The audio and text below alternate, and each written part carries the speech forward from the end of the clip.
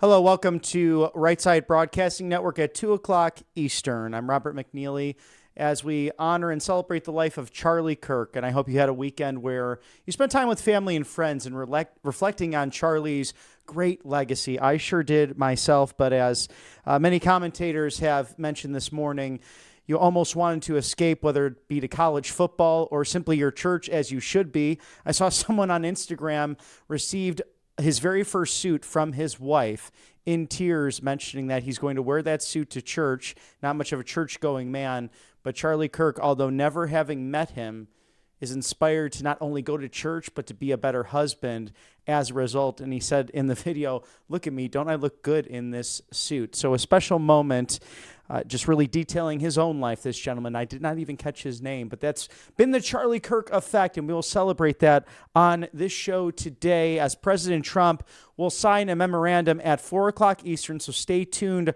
for that. Currently, he is meeting with Bartholomew I, the Greek Orthodox patriarch. He is the leader of the Orthodox Church and the eastern lung of the church worldwide. Charlie talked a lot about this, the church militant, whether it be in heaven, here on earth, and inspiring those people to get into a biblically based church, and had plenty of commentary on the American church, where it stands, and one of the very reasons he started Turning Point USA Faith in order to talk about the biblical structure of God, family, country, and also how men and women have those specific special roles in that true feminine and masculine blessing from God in order to conduct themselves in that structure of traditional marriage.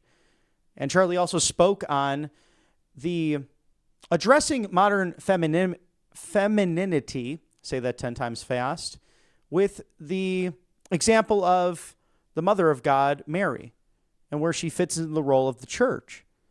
Something I really enjoyed even in our private discussions, because some of those private discussions came on his show later on in his career. Speaking on that today, as it's the Feast of the Seven Sorrows of Mary, and a personal reflection as I went to church over the weekend with friends, noticing one of those portraits up near the altar of the Catholic Mass, looking over towards where the celebration happens and the consecration of the host. And it was a special moment to reflect upon as a priest friend of mine, unbeknownst to me until I was there, actually held a mass on Thursday night for Charlie Kirk. If you were with us on Friday as well, a vigil right here at Auburn University with the great chapter president and leader here, Jacob Rose, and also with our friend Brylan Hollyhand, giving extraordinary commentary, not only to us, but right there at that vigil, in order to honor the greatest thought leader for millennials and Gen Z, and in turn, this ripple effect that we're seeing over the course of the last few days, the Charlie Kirk effect that has transformed countless lives. The thing that struck me especially, the fact that you have people who are strangers, who simply were fans of his, who listened to his commentary beyond the college campus. And for us that knew him personally, the people who have reached out with their condolences, but also stating that I felt like I knew Charlie through you. And how special of a remembrance that is for a friend. And to look at the countless sports teams. As the flag was at half-staff through sunset last night, roughly 6 o'clock p.m. or so on the East Coast, to honor the life and legacy of Charlie Kirk. And some of the sports teams that took to paying tribute, we saw it here in Auburn University. I went to see their homecoming game against South Alabama, where they prayed for everyone who was a victim of violence. They did not happen to name Charlie at that celebration, but rather the wonderful veterinarian professor, Dr. Schnell, who passed away last week as well due to terrible violence at a nearby park here in Auburn University. Something that's been reeling for this community with a week that passed where it was so much violence happening throughout the country. And people like Stephen Miller, taking the mission of the administration with not only words, but focus on what do you do from here? How things need to be addressed when it comes to organized, not only terrorism, but violence throughout the country. Part of that being a huge anecdote to securing the border. And how we've had less violent crime as a result of President Trump putting in the National Guard in the federal city. And now as he looks towards Memphis, Tennessee, and perhaps New Orleans, Louisiana, maybe even potentially Chicago, Illinois, as the senseless violence needs to come to an end, whether it's random or whether it's political terrorism, trying to silence the greatest voice for reason and free speech that we have seen perhaps since the American Revolution. Now, America's sports teams pay tribute to Charlie Kirk, and the White House releasing this list from coast to coast. Sports teams and organizations paused this week to commemorate the legacy of Charlie Kirk. The White House recognizes these profound tributes that celebrate Kirk's enduring legacy as a champion for faith and patriotism and honor the remarkable impact he had on millions of Americans.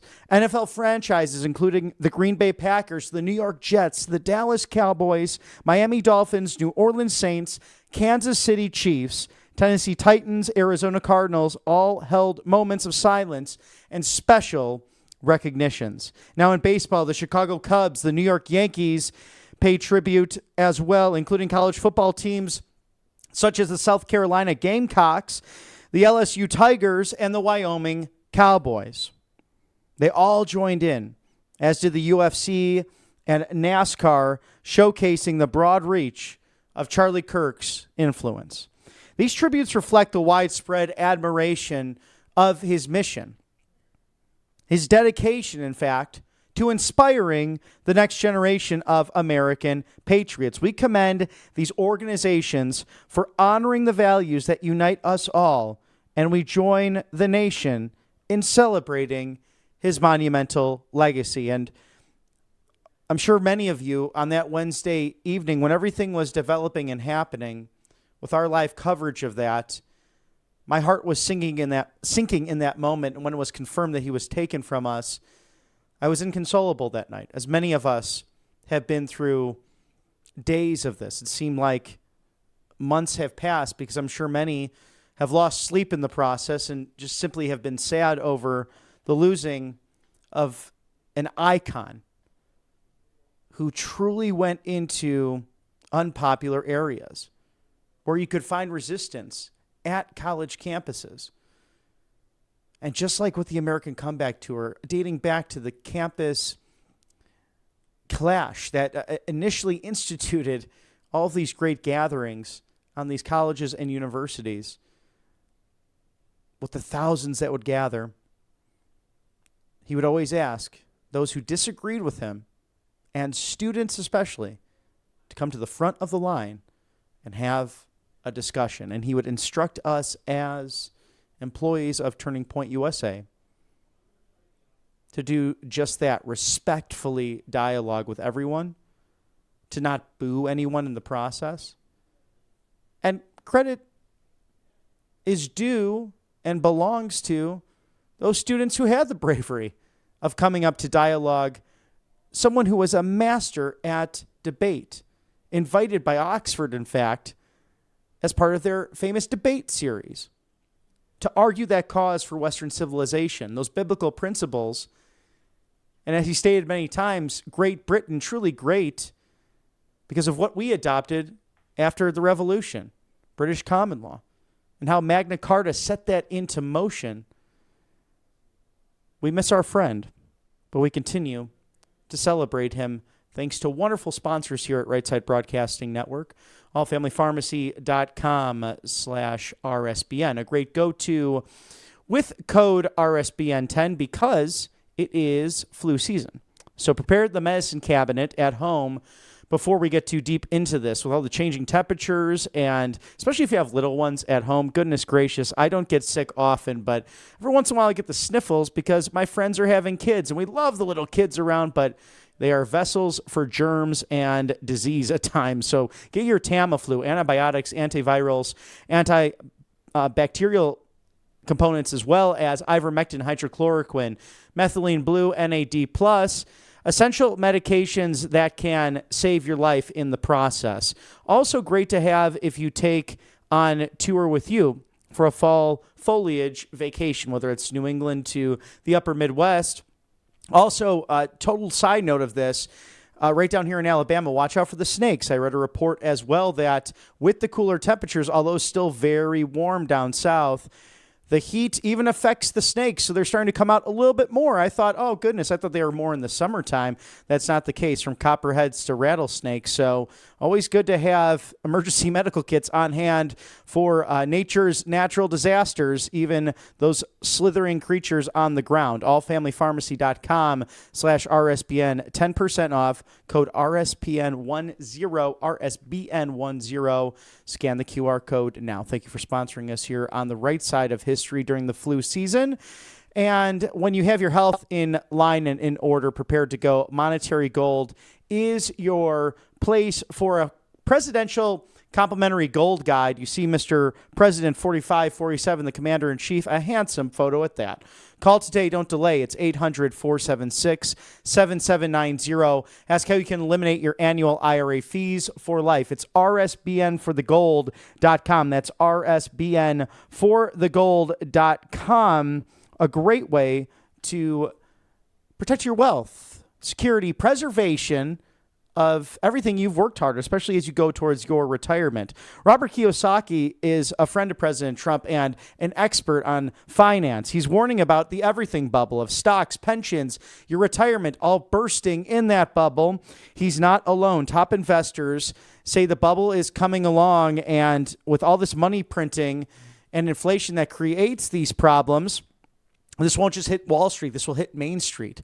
So figure out now, if you don't have a plan for gold, silver, precious commodities that have stood the test of time, over 5,000 years of American history, in fact, world history. Think about this throughout any kind of government, whether it's constitutional monarchy to our constitutional republic, to even those who have totalitarianism. You wanted some gold and silver to trade because it's worth something. It goes up in value. It has for countless years and generations of human history. Live the American dream.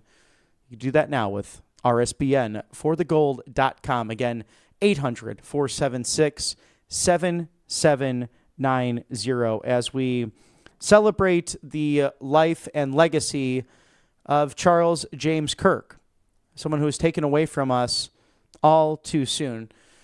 As we are joined by Adriana Sixto, Turning Point Action spokesperson, a dear friend. And Adriana, I am just so sorry, as we have gone back years now, knowing Charlie personally, but 37,000 new chapter signups, apparently. That's an amazing number that you and I could only dream of as good of managers as we were on the ground. What a remarkable number to honor his legacy in such a short amount of time.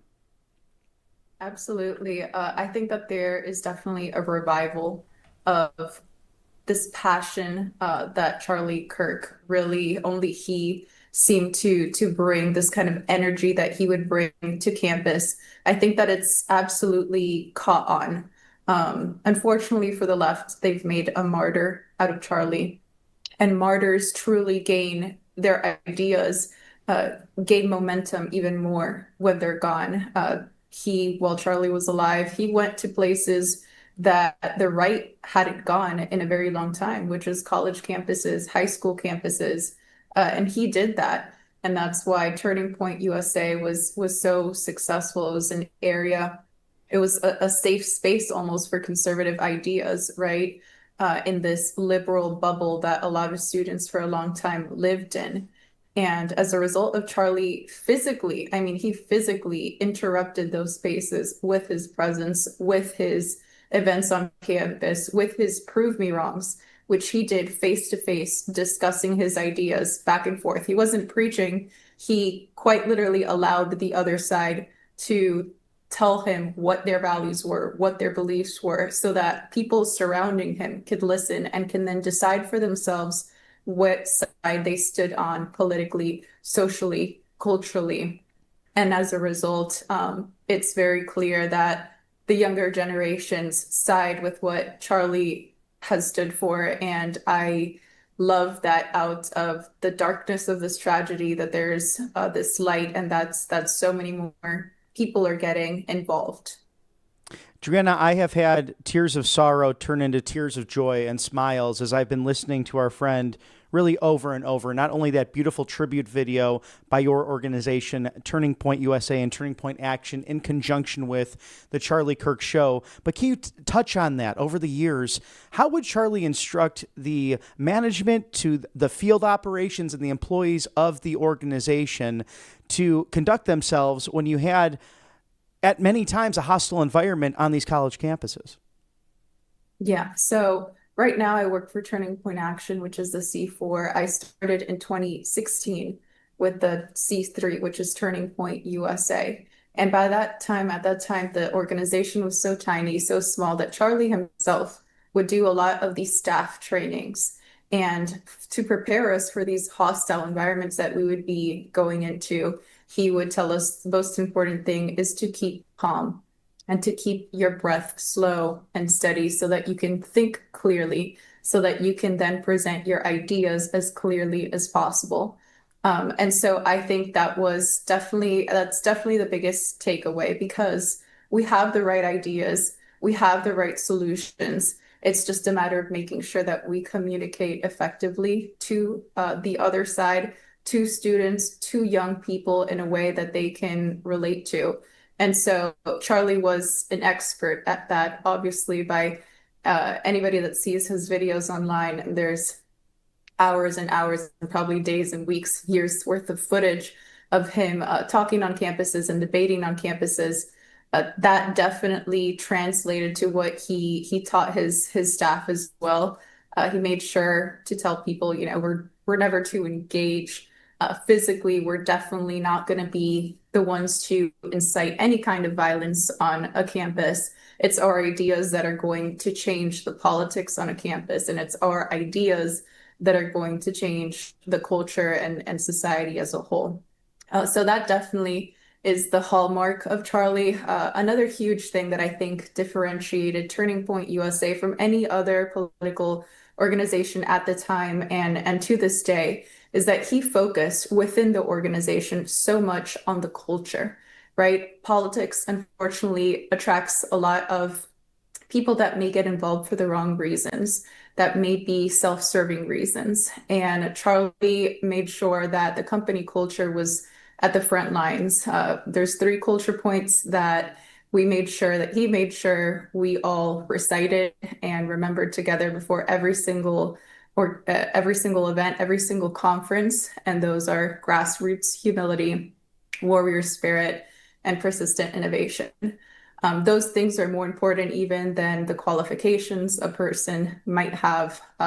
So before bringing somebody onto this team, onto this family, which I have been a part of for almost an entire decade, those qualities needed to come first. And I think it's why the organization attracted so many people with good hearts to work for them. I think it's the reason why so many people, I met so many people within the organization working there that are close friends of mine now. My best friend I met working for Turning Point USA, and I have many more close relationships.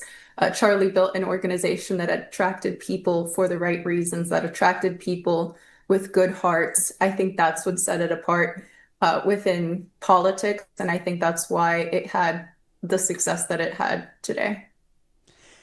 Truly nothing short of remarkable and incredible. He had this way of engaging each individual to make them feel like they were the most important person in the room. And in turn, those, especially for his employees, giving them that ability to dig deep and find something within themselves that they did not even know that they were capable of. And again, it's becoming what's known now as, in these few short hours, the Charlie Kirk effect.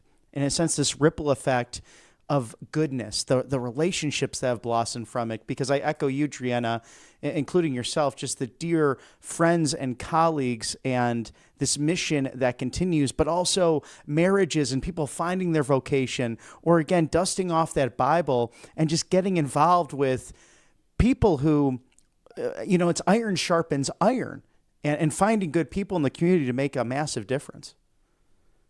Absolutely. Absolutely. People that I have never seen wanting to get involved have reached out to me personally in the last few days, asking me, what can I do? How can I get involved? Where can I go? Who can I talk to? They really have awakened a sleeping lion with Charlie's martyrdom. And I'm happy, obviously, to point people in the right direction.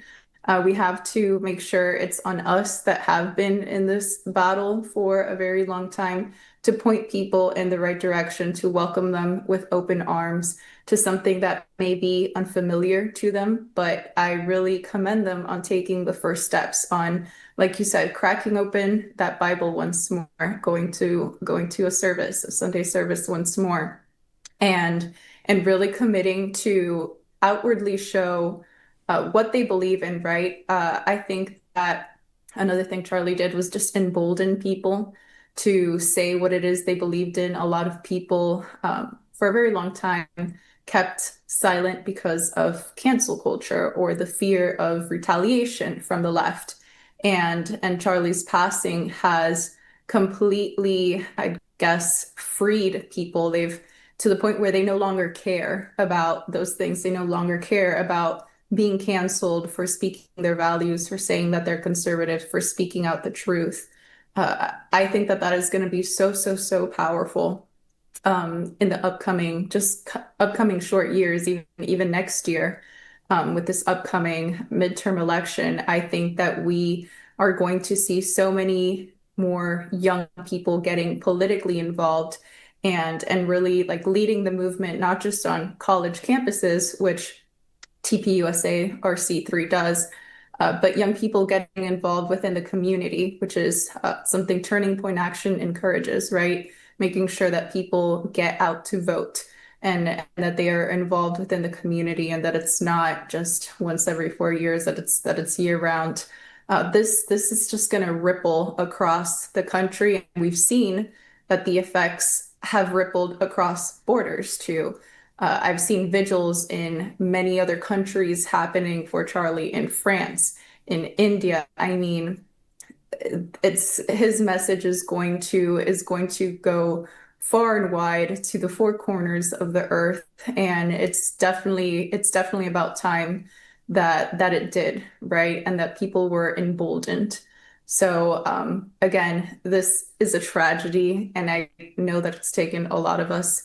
It's still processing, because it seems so incredulous and it's terrible and devastating and was not supposed to happen. But I think the glimmering shimmer of hope that we have is what we're seeing, is the reaction that we're seeing of people having transformational moments in their lives, and welcoming them to this movement that Charlie started. I even smiled because South Park teased him recently, and he thought that was great. And actually using that profile picture of Cartman with his hairdo and doing these college campus engagements, and really catching the subtleties of drinking a lot of water on campus, for example. So that was a special moment. And Charlie saying that you have to laugh at these things. South Park has since pulled the second half of what was going to happen with that out of respect for the Kirk family, which was very big of them. But to that ripple effect point, Drianna, you've had from South Korea to the United Kingdom, where in the United Kingdom, really horrible, horrendous speech violations, which we've seen from the far left as they've had a migrant crisis in their country, and those people bravely going out there and celebrating his life. South Korea arguably celebrating as well, because as Charlie pointed out, which you don't find on a college campus, is that America is good. If it wasn't for, in that specific situation of American interventionism, the Korean peninsula would actually probably all be communist as a result of General Douglas MacArthur not engaging in that. And Charlie went to that statue in South Korea. So perhaps one of the many reasons the South Koreans do love Charlie Kirk. But really, at the heart of it, that's what we'd find on these college campuses. These professors that would promote this, oh, America's a bad place, the 1619 Project, or it was the slavery practices that made everything else invalid because of what was discussed at the beginning and the creation of this nation. I would argue that they actually hit that head on and wanted to stop that in the process. But what say you regarding what we would find on these college campuses? Well, I think that what the left pushes is an ideology of hate, right? Hate for the country that we live in, hate between genders, right? Between male and female. They try to cause a divide, hate between different races. For them, it's their tactic. They try to divide, hate between us so that they can conquer, right? To increase the gender war, to increase this whole ideology that, like, there's no such thing, or that there's white privilege, and that minorities are oppressed, and that we should be at odds with each other. Whereas what Charlie preached and what the right preaches is the complete opposite. It's love for each other. It's love for your fellow American. It's love for your country. It's love for the both sexes, and love for what each of them represents and the differences that make each one of those beautiful and important.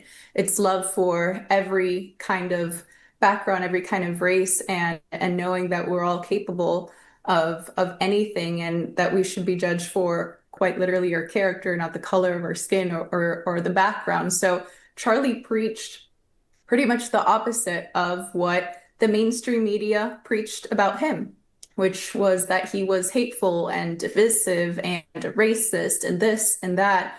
On a personal note, I think that the media should absolutely be held accountable for the rise in violence that we see in this country, for driving this rhetoric that is completely false.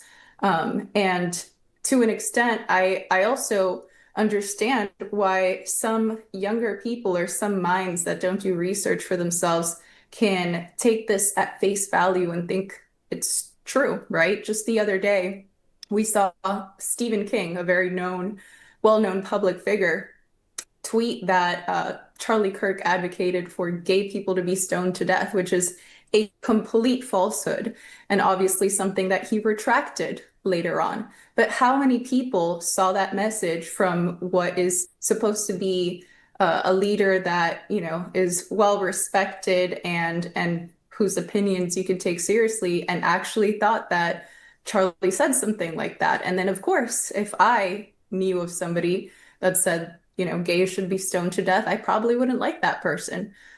So you can almost not blame certain people for having the beliefs that they did.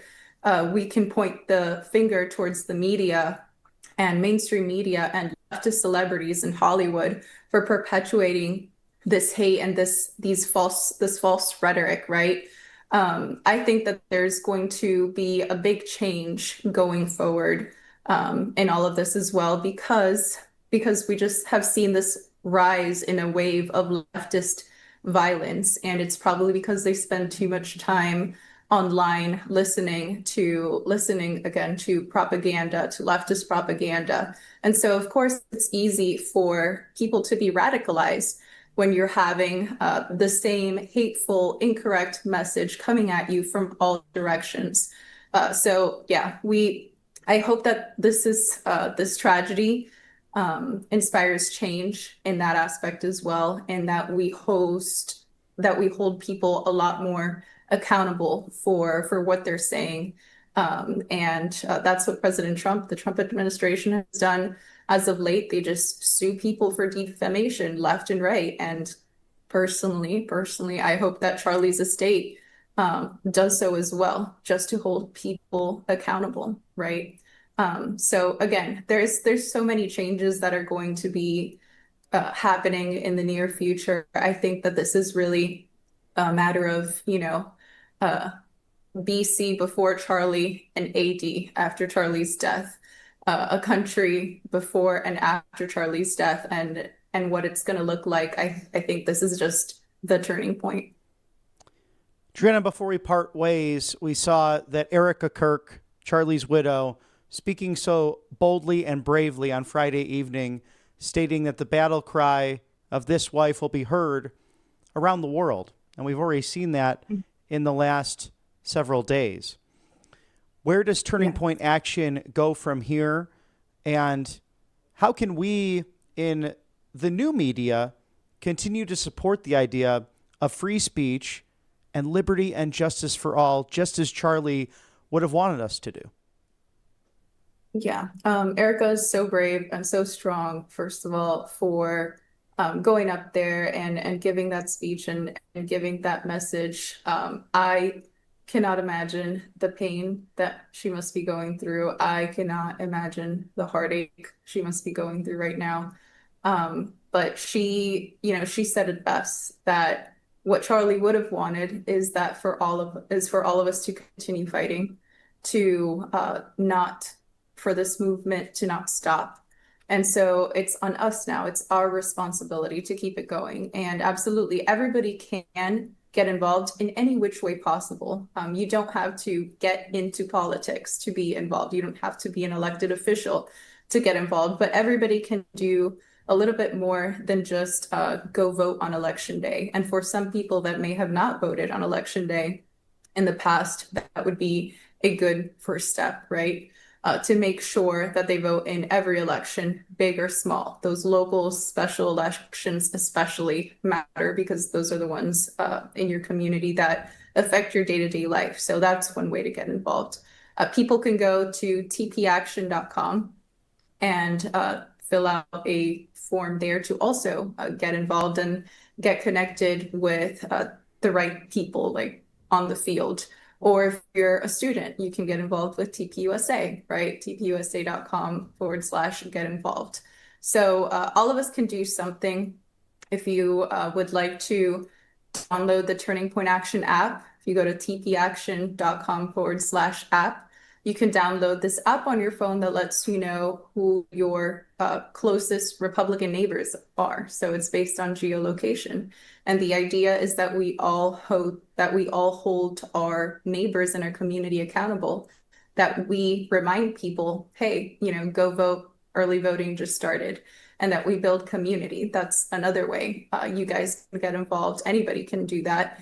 Send text messages via the app, make phone calls via the app. You can knock doors via the app. So everybody can put in their little grain of sand one way or another. And so that's what I'm definitely encouraging everybody to do, to go to tpusa.com, that's for the C3, and fill out a get involved form, especially if you're a student in college or in high school. If you're not, go to tpaction.com, fill out a get involved form, and we'll plug you in as well. Driana Sixto, the Turning Point Action spokesperson, thank you so much for joining us as we grieve together the life and the legacy of our dear friend, Charlie Kirk.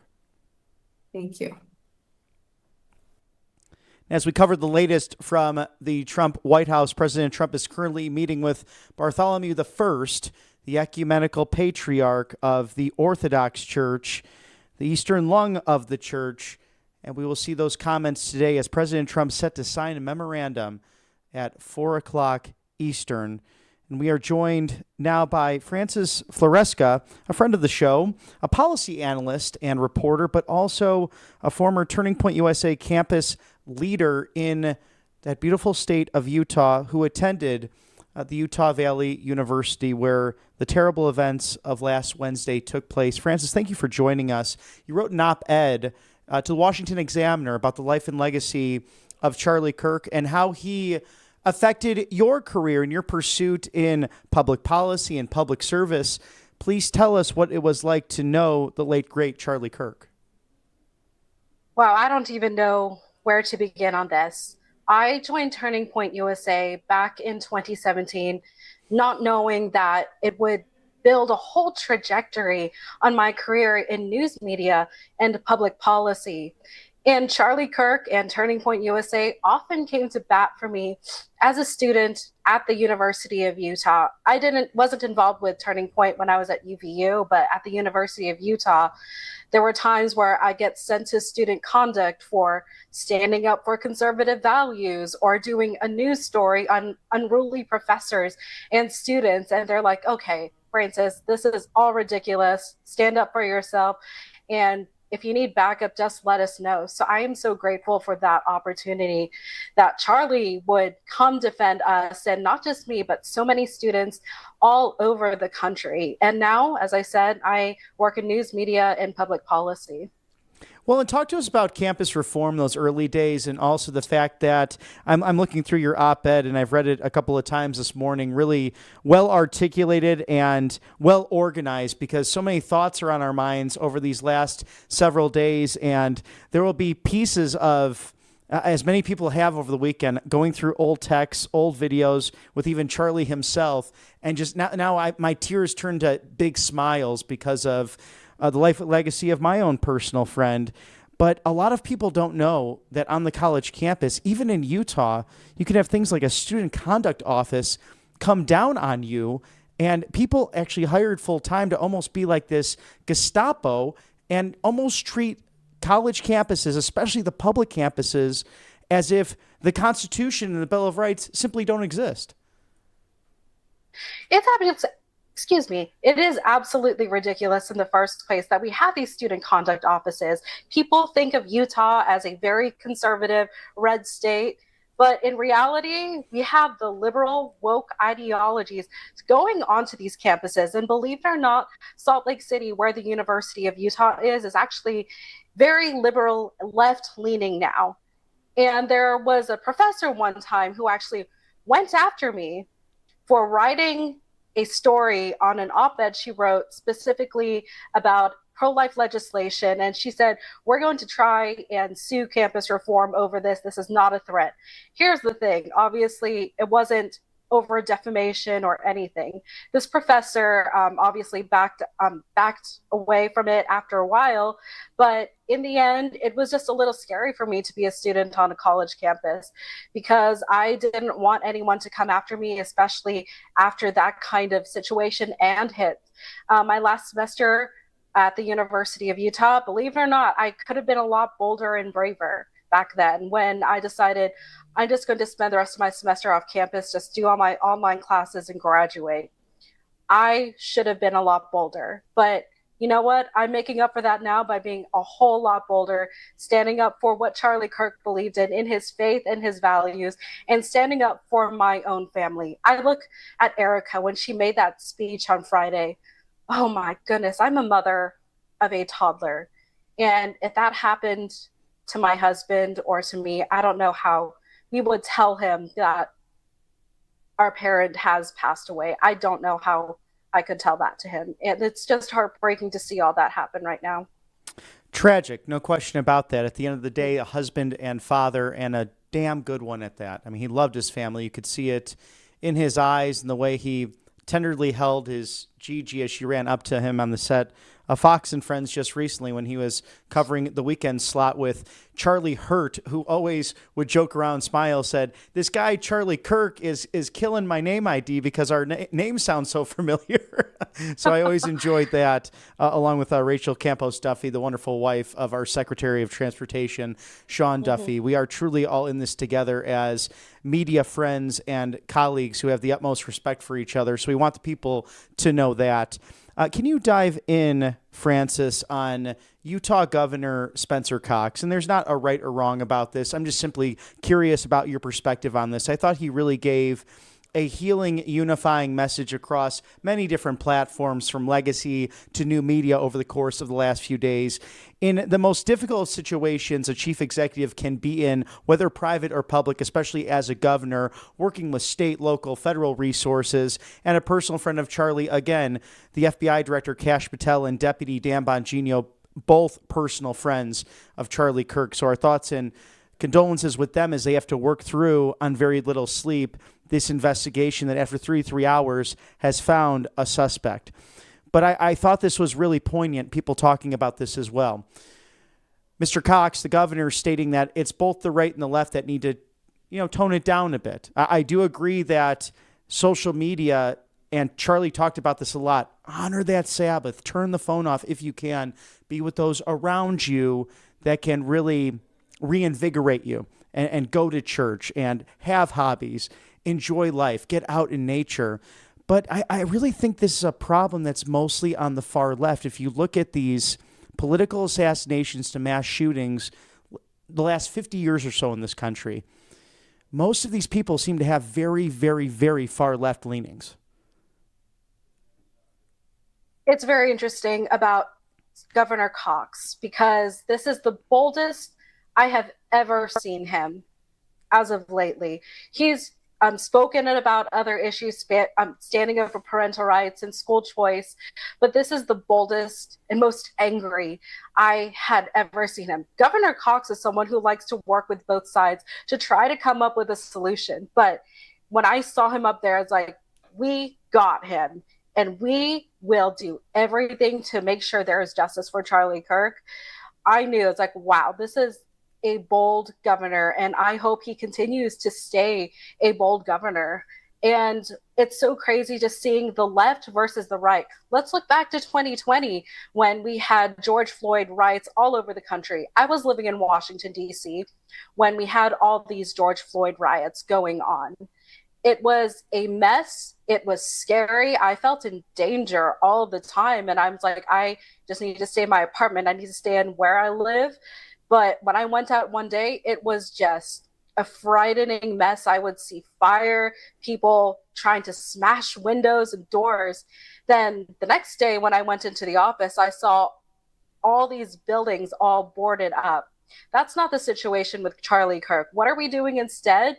We are holding vigils. We are praying for his family in our churches. And you didn't even need to agree with Charlie Kirk to realize the mass impact he has had on our world. I don't know if you saw all these videos from New Zealand to London to Korea, of all these, even Germany, of all these people praying and marching for Charlie Kirk. And not just Charlie Kirk, it's about our faith in the Lord and living that faith out boldly.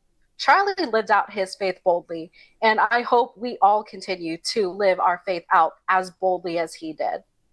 Christians have that bold nature that you speak of, Francis, and are called to, as Charlie put it, to enter into the public arena and correct errors. And we all live short of the glory of God. There's one perfect person who walked this earth, Jesus Christ, true God and true man. Outside of that, we can strive daily to be like him, and he understands our woes. I also really enjoyed, I'm just so many thoughts going through my head over the course of these last few days. But the fact that he also criticized the American church where it needed to be criticized, right? With the He Gets Us campaign. And he said, no, he doesn't get us. He has mercy. He's ripped open the veil so you can be with him in heaven, but he doesn't get us when you go to the abortion clinic with your partner or even spouse. He doesn't get us when you're out drinking to 2 or 3 in the morning. He doesn't get us when you're clearly defying the commandments, but it's that mercy that I once had this compared just personally to me from a pastor. It's like grabbing that sand on the beach and looking out to that vast ocean, whether Atlantic or Pacific, and throwing it out there. And it's God's mercy engulfing that sand that can get in your eyes and blind you for just a short period of time. But that ocean of mercy wipes it all away if the sinner just turns to his Lord and Savior. You know, I've been thinking about Stephen, the guy who was martyred for his Christian faith. And of course, we saw Saul, who then became Paul. His eyes were blinded, as you were talking about.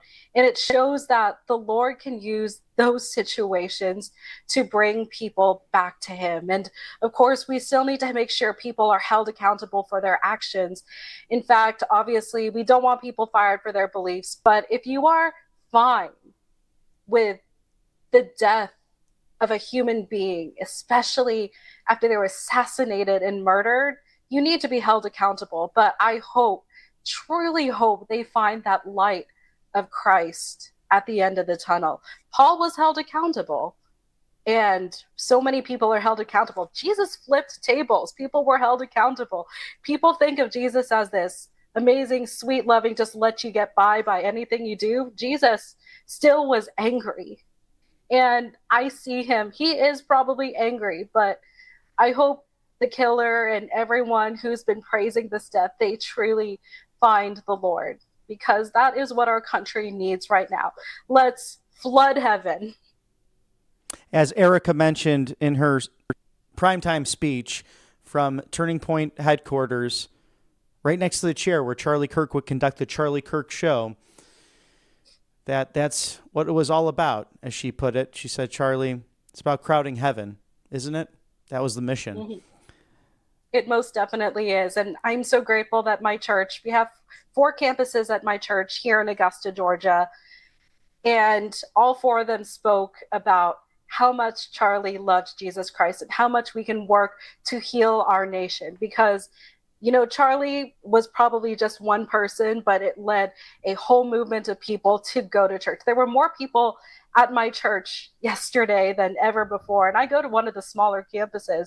It was crowded to the very back. And my husband and I and my son, we came late and we were in the very back. It's like, usually we're closer to the front, but this time we're all the way in the back. Right. It was a very similar scene this weekend at one of my churches that I attend when I'm visiting Atlanta, Georgia. But as you said in your excellent op-ed to the Washington Examiner, now is not the time to run away and hide. It is time to stand firm, to defend what is right, and to honor the legacy of Kirk left behind. We are at a turning point in our country. Francis Floresca, what did you mean by that? As a Christian and a conservative, I absolutely know that it's time for us to all stand up and not be afraid of our beliefs. There are times I know I've been quiet about my beliefs, but guess what? I'm not going to be quiet anymore. Even when I am bold, I kind of hold back, but now it's like, what the heck? I'm not going to hold back anymore. I don't even care what I say. I mean, obviously I want to be as godly as possible, but if it offends anyone or my friends say, Francis, you're too crazy, just chill out. It's like, come on, like this is what we need as Christians right now and as conservatives. I want to help all my friends be able to get involved. And I am so glad that I've had friends reach out to me asking, how can I get involved? I want to be involved on my campus. I want to be involved at church. And you don't even need to get involved in politics or your local GOP or Turning Point group. You just need to be involved in your local community, whether it's speaking at a school board meeting, speaking at a county board meeting, or even just being at church and serving the community. That is how you do it. And I'm actually starting a new job next week, and it's my first job outside of conservative circles. And as a reporter, I'm going to be telling the stories of the community, and I hope to be a light of Christ when I start that job at a local news station and speaking to the people of my community here in Augusta. Well, congratulations, Francis. Breaking news here at Right Side Broadcasting Network for a friend of ours. Please keep us abreast of that, and please come back and visit very soon. Policy analyst and reporter, former Turning Point USA campus leader in Utah is Francis Floresca. And as she reminded us, just as Charlie did, there's always a human element to each and every discussion. So walk in the light of Christ. A wonderful, hopeful message on this Monday after unthinkable events of last week. Thank you for joining us. Thank you so much. You just made my day with your smiles and knowing we're moving this movement forward. Amen. Thank you so much again. We'll see you very soon. Thank you. And as we cover the latest from the Trump White House inside and outside of the Beltway, all these countless vigils for Charlie, for those who have lost their lives in the last week due to violence in the country, most of it preventable crime. We dive deep into that analysis and how this White House will respond to all of it to make sure that political speech is protected here in this great experiment of ours, the United States of America, as President Trump currently meeting with Bartholomew I, the ecumenical patriarch of the Orthodox Church. Thank you to our sponsors here at Right Side Broadcasting Network's live desk. It is kalshi.com/RSBN, who will win that Nobel Peace Prize, who has really walked in the light of Christ? You can ask that question, as many of those Christian followers have won Oslo, Norway's grandest prize.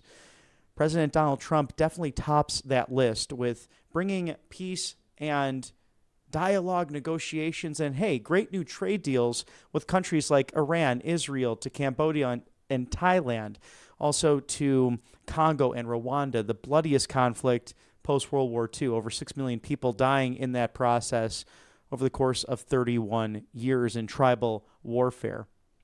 Azerbaijan and Armenia, names that many Americans did not necessarily know until this president asked to get involved and helped, either in hosting at the White House or traveling to these many places, using the Peace Through Strength and Abraham Accords 2.0, if you will, in the pursuit of peace. And we now know with Russia and Ukraine, that a major topic for not only the American people, but the world, as we look to the question, will President Zelensky and President Putin meet before January? Will it be bilateral or trilateral? Both leaders have actually invited President Trump to come to the table, whether that be in Moscow, Russia, or Kiev, Ukraine.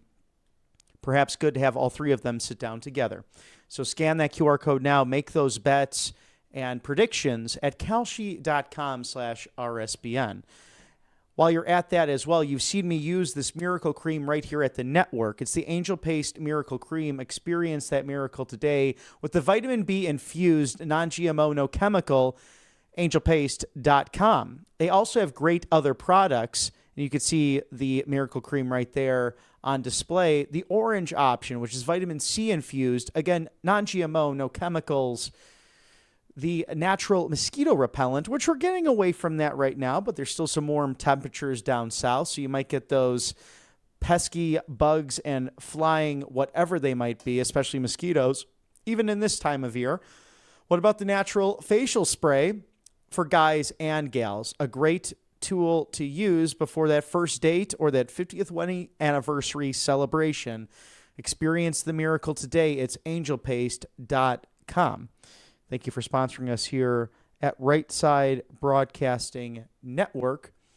As we dive into the news of the day, President Trump will sign a memorandum at 4 Eastern. Stick with us here at Right Side Broadcasting Network as we'll take you to the White House for that signing ceremony.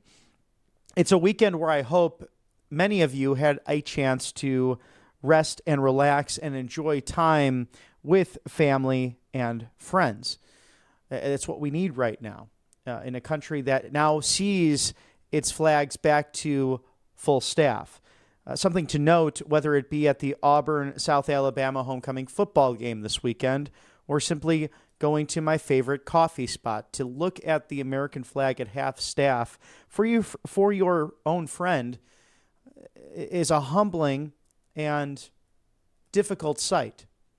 Because Old Glory itself, sad. The country's sad at the moment. The ripple effect of Charlie so positive, but also this component of sadness because we won't see him at least this side of heaven until we all meet with him once again. But reflecting upon that brought me a great sense of joy and peace and smiles as he loved this country so dearly and was willing to be sacrificed in order to carry this message. He did not fear death because he had a personal relationship with his Lord and Savior, Jesus Christ. We know as well that he truly did not change. And fortunately, at least from my perspective, I have not seen, or at least admittedly tried to avoid, many of the hateful rhetoric that is out there. And again, you must, as Charlie would, pray for the people who are even putting that online or going into their places of work and celebrating a situation that is as dastardly as taking a husband and father's, a son's, a brother's life away in cold blood simply because you disagreed with him. But Charlie would want us to pray for the perpetrator and his family. And that as of this hour, we know that through a minister that was close to the family, and through the father himself of the suspected shooter, turned his own son in the process. That an act of justice and mercy in various ways that truly transcends human and earthly behavior. You see God's divine majesty in all of this, as difficult of a moment as this is. And that's why that ripple effect, for those who did not know the great Charlie Kirk, they feel it because he was such a presence in the culture.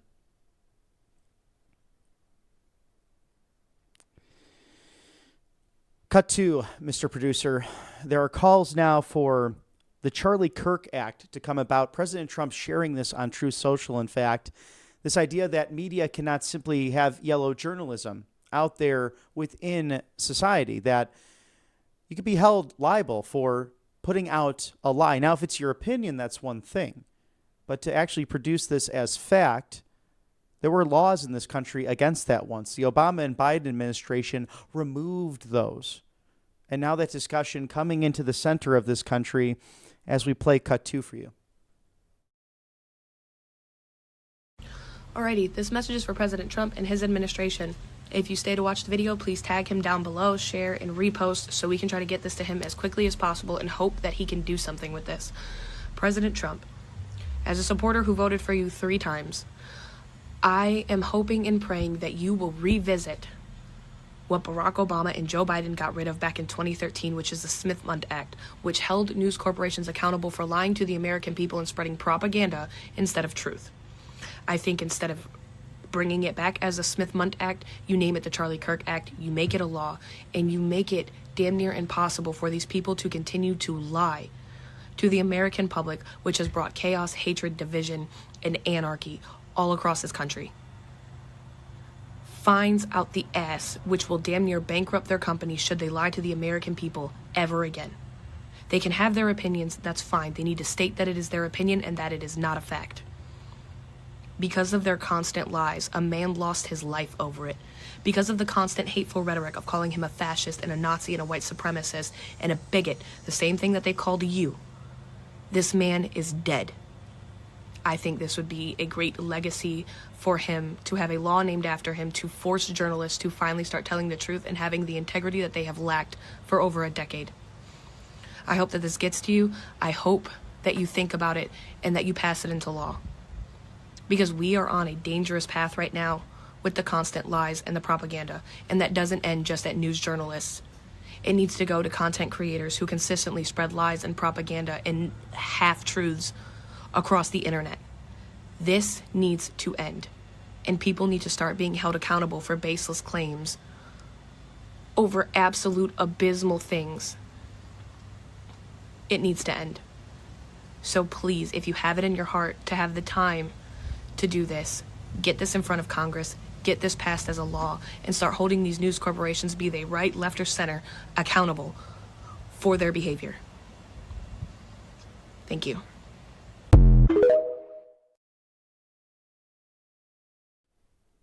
Imagine someone wakes up in your family. It's now September 15th, and school's back in session, and you have flu season. And they get that fever and that cough, and then it infects the whole house. Nothing's in your medicine cabinet, so what do? Well, you can go to allfamilypharmacy.com/RSBN and receive these life-saving medications in as little as 2 to 3 days, if not sooner. Flu season does not wait, and being proactive always is beneficial with 200 essential medications like Tamiflu, antibiotics, antivirals, hydrochloroquine, NAD+, immune boosters, zinc, vitamins, in addition to regular exercise and a healthy diet. Allfamilypharmacy.com/RSBN has 10% off with code RSBN10. You're very familiar with that at the network. Why not stock up on the essentials now? It only makes sense in this flu season prep with emergency medical kits that you can actually take on the road with you as well. At RSBN, we trust All Family Pharmacy. It's no red tape. It's no bureaucracy. It's not even having insurance if you don't have it. It's just a pharmaceutical note with doctors and pharmacists, nurses who care about you. They make it simple to get the medications you need, fast, reliable, always with that doctor's prescription, as I mentioned. Over 200 essential medications, immune support, ready to go for you, including even biohacking and weight loss products that do it the right way. Don't get caught off guard this flu season. Prepare with allfamilypharmacy.com/RSBN. You can scan that QR code now for code RSBN10. And speaking of health, you want to make sure your gut is in order. And that starts with healthy drinking water, especially when you wake up in the morning. Good to have a glass or two to cleanse the inside. Well, don't do it with fluoride and pesticide, hormone-disrupting water that comes from the tap. Go with covepure.com/RSBN. Get $200 off now. Their Clearwater technology takes out 99.9% of the impurities that can happen to be in the tap water. In fact, Utah and Florida actually passing legislation to stop fluoride in the water. So someone who's been in the news reflecting on the great life and legacy of Charlie Kirk, calling him a spiritual soul brother, Bobby Kennedy Jr., the great Secretary of Health and Human Services, focused on just this and justifying his position over his legal career, where he took on the corporations and public entities that were dumping these poisons into the water. But that's the problem, is when people actually use the restroom, and not to gross you out on this afternoon, but this is just a fact of life. Not all of that medicine gets absorbed into their system. So whether it's prescription, whether it's hormone blockers like a birth control, whether it's antidepressants, they can get into the water and then into your bloodstream when you're drinking what matters the most, protecting your health. So drink pure, live pure. It's covepure.com/RSBN, $200 off now. You could see in the promo there that it's very easy to use for the whole family. If you have a coffee maker, which I'm sure you do, it's easy, just as easy, if not easier, to use this great machine. So it fits in the kitchen, it fits in that den, it fits in the man cave. Covepure.com/RSBN. Good to do that. 70% of our bodies are H2O. Most of our world is water. So drink it the proper way that it was meant to be consumed. Covepure.com/RSBN. Thank you for your sponsorship here at the right side of history. As it's the top of the hour, it's 3:01. We've been with you for the last hour with extraordinary interviews of people who knew Charlie personally and who will continue that mission of faith, hope, and love through the political process, through the free speech movement, through the advancement of free enterprise, and the fact that this constitutional republic truly is the greatest society ever conceived in world history. But it takes a biblical and moral people, a God-fearing people. 9 of the 13 original colonies, the first states, in fact, needed an oath from you to serve in public office, that you were a Bible-based Christian attending church. Maryland, heavily Catholic, the rest Protestant. We have a direct lineage of coming to this land, escaping religious persecution, and in turn choosing liberty and fulfilling the vision of Magna Carta and British common law, which had gone awry in the 17th and 18th centuries. So much so that our friends across the pond, we had to stand up to a constitutional monarch, King George III, and say, we can govern ourselves better. Self-governance, though, relies on a good and moral people. In fact, as Charlie spoke on many occasions at churches and at college campuses, that it's not even John Locke, who was a huge inspiration of this experiment, who hugely advanced the thoughts and philosophical knowledge of Charlie Kirk, but it was the biblical practices where you get Article 1, 2, and 3 of the great Constitution of ours and the Declaration of Independence, which is extraordinarily clear.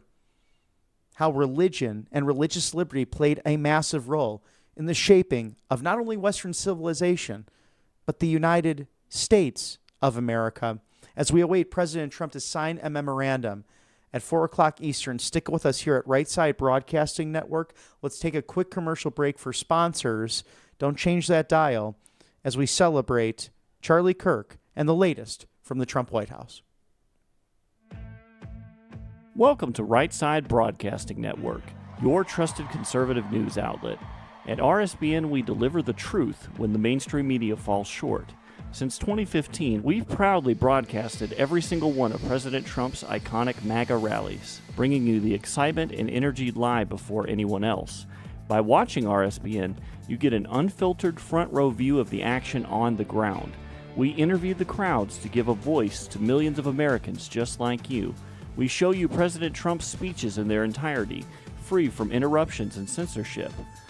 We cover the stories that matter to you with the integrity and passion you deserve. Thank you for choosing RSBN as your home for America First News. Together, we stand strong, united, and informed. So join us and be part of the right side of history. Hey y'all, it's Silk from the Diamond and Silk Chit Chat live show. Look, don't forget to check me out right here on RSBN Network. Be sure to watch the show on Right Side Broadcasting Network, and I want you to support Right Side Broadcasting Network. Yes, it's imperative that you do so, okay? I look to see y'all soon. Bye-bye.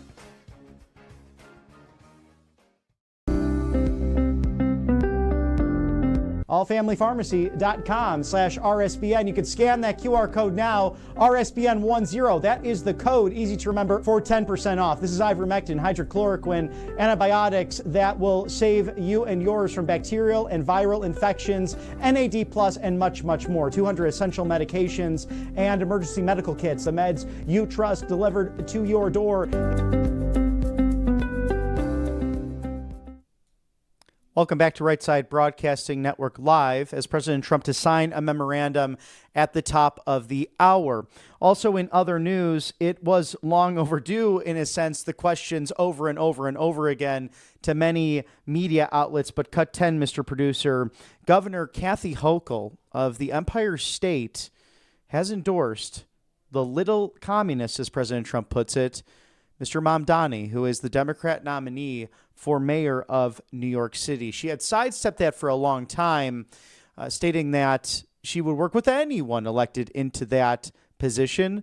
But it is now official with Elise Stefanik, who has really been discussed in many circles as a potential Republican gubernatorial candidate for the Empire State, stating that she will lose next fall, next November of 2026, this being Kathy Hochul, for her endorsement of someone who has been very openly communist on a number of different matters. So President Trump taking a true social about that specific item, as it was anticipated for the endorsement. But you never know sometimes when politicians are under pressure regarding someone as extreme as Mr. Mamdani himself.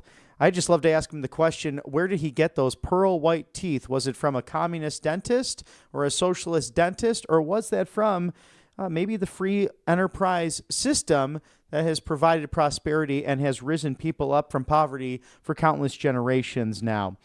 Also, a lot's going on in the news with Secretary of State Marco Rubio visiting Israel, continued discussions with the strike that happened in Doha, Qatar, and the targeting of Hamas militants. Something to watch extraordinarily closely as this continues, with many hostages still behind the scenes of the Hamas radicals.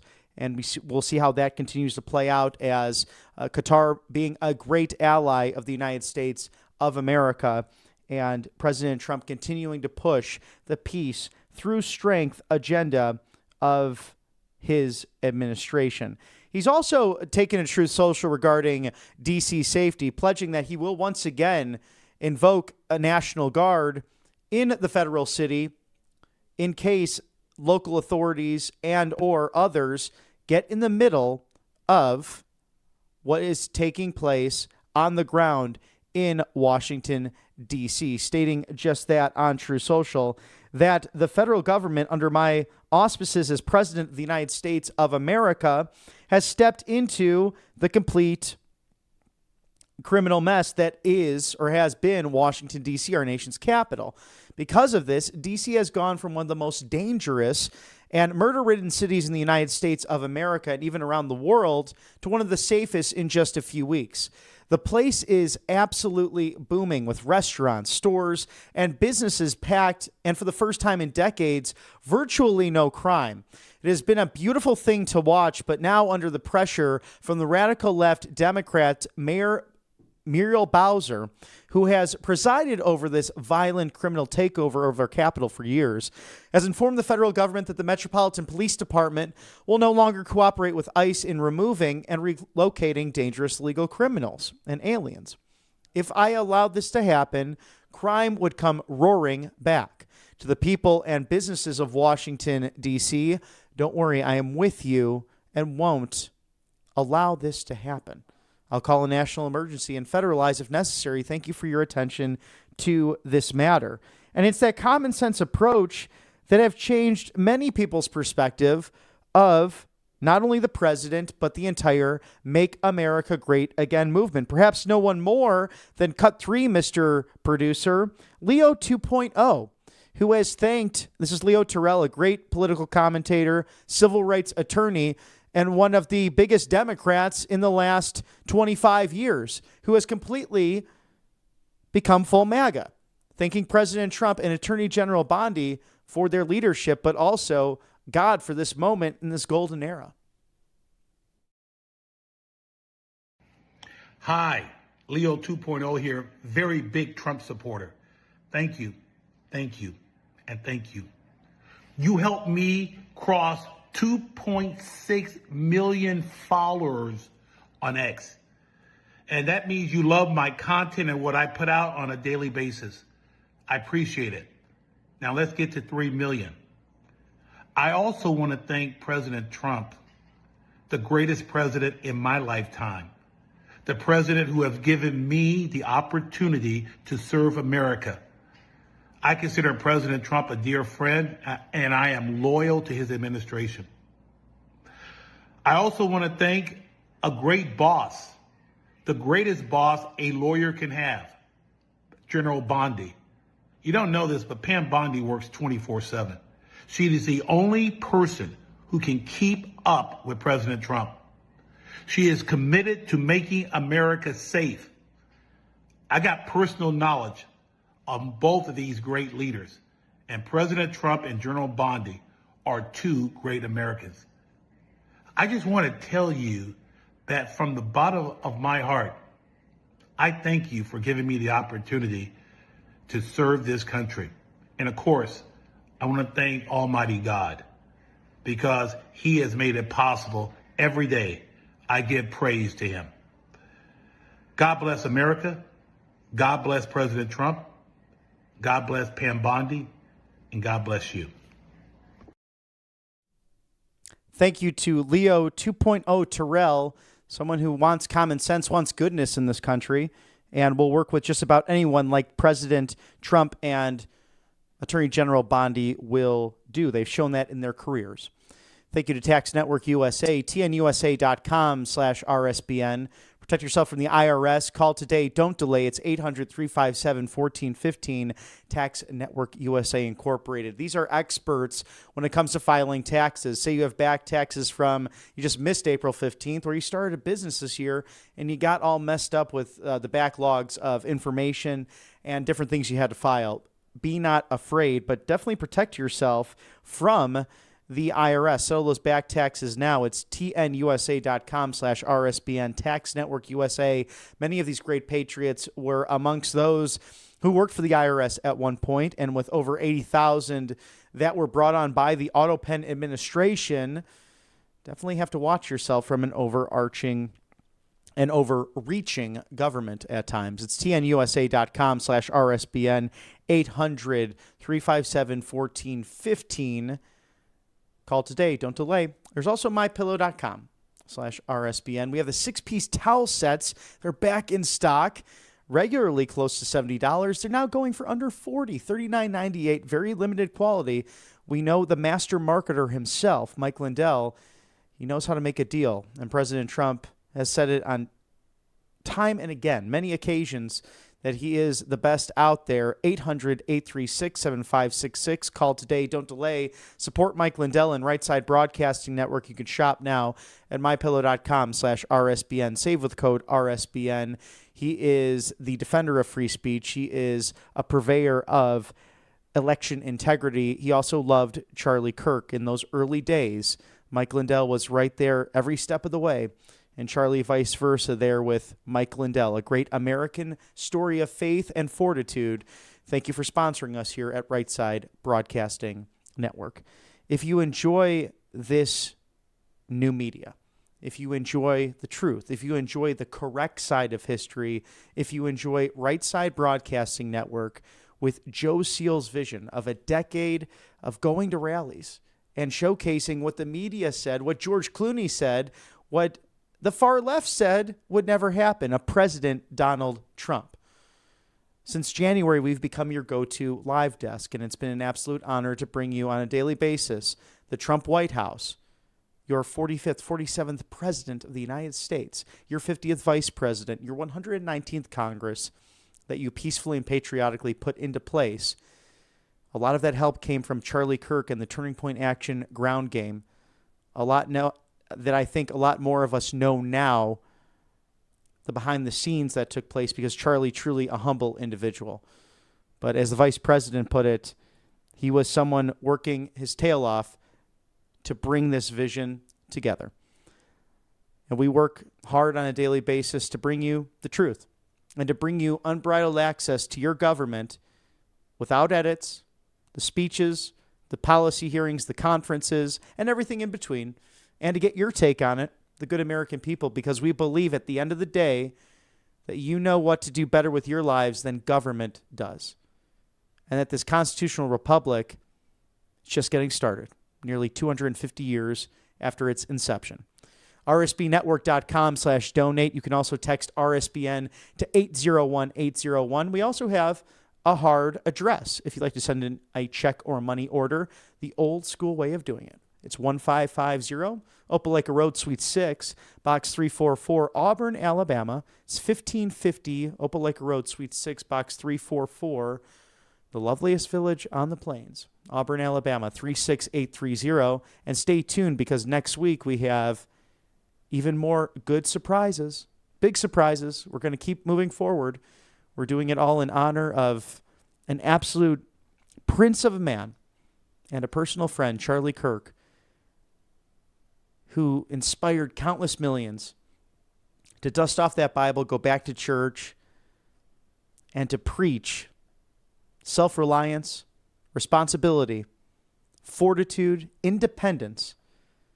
And how fitting, I thought, this Saturday attending the Auburn, South Alabama homecoming game, the undefeated Tigers, and their very own War Eagle chant, Independence himself, the bald eagle that comes flying into the stadium, one of the best pregame celebrations in all of sports, let alone college sports, aptly named to honor an American legend by the name of Charles James Kirk. As we await President Trump to sign a memorandum at the top of the hour, we're diving into the news of the day, and that apparently the United States and China coming to an agreement regarding TikTok. We know that this has been something not necessarily where the can was kicked down the road, but delayed as many other issues the administration had to focus on. And President Trump, very fond of TikTok, given the fact that it was able to communicate with many young people.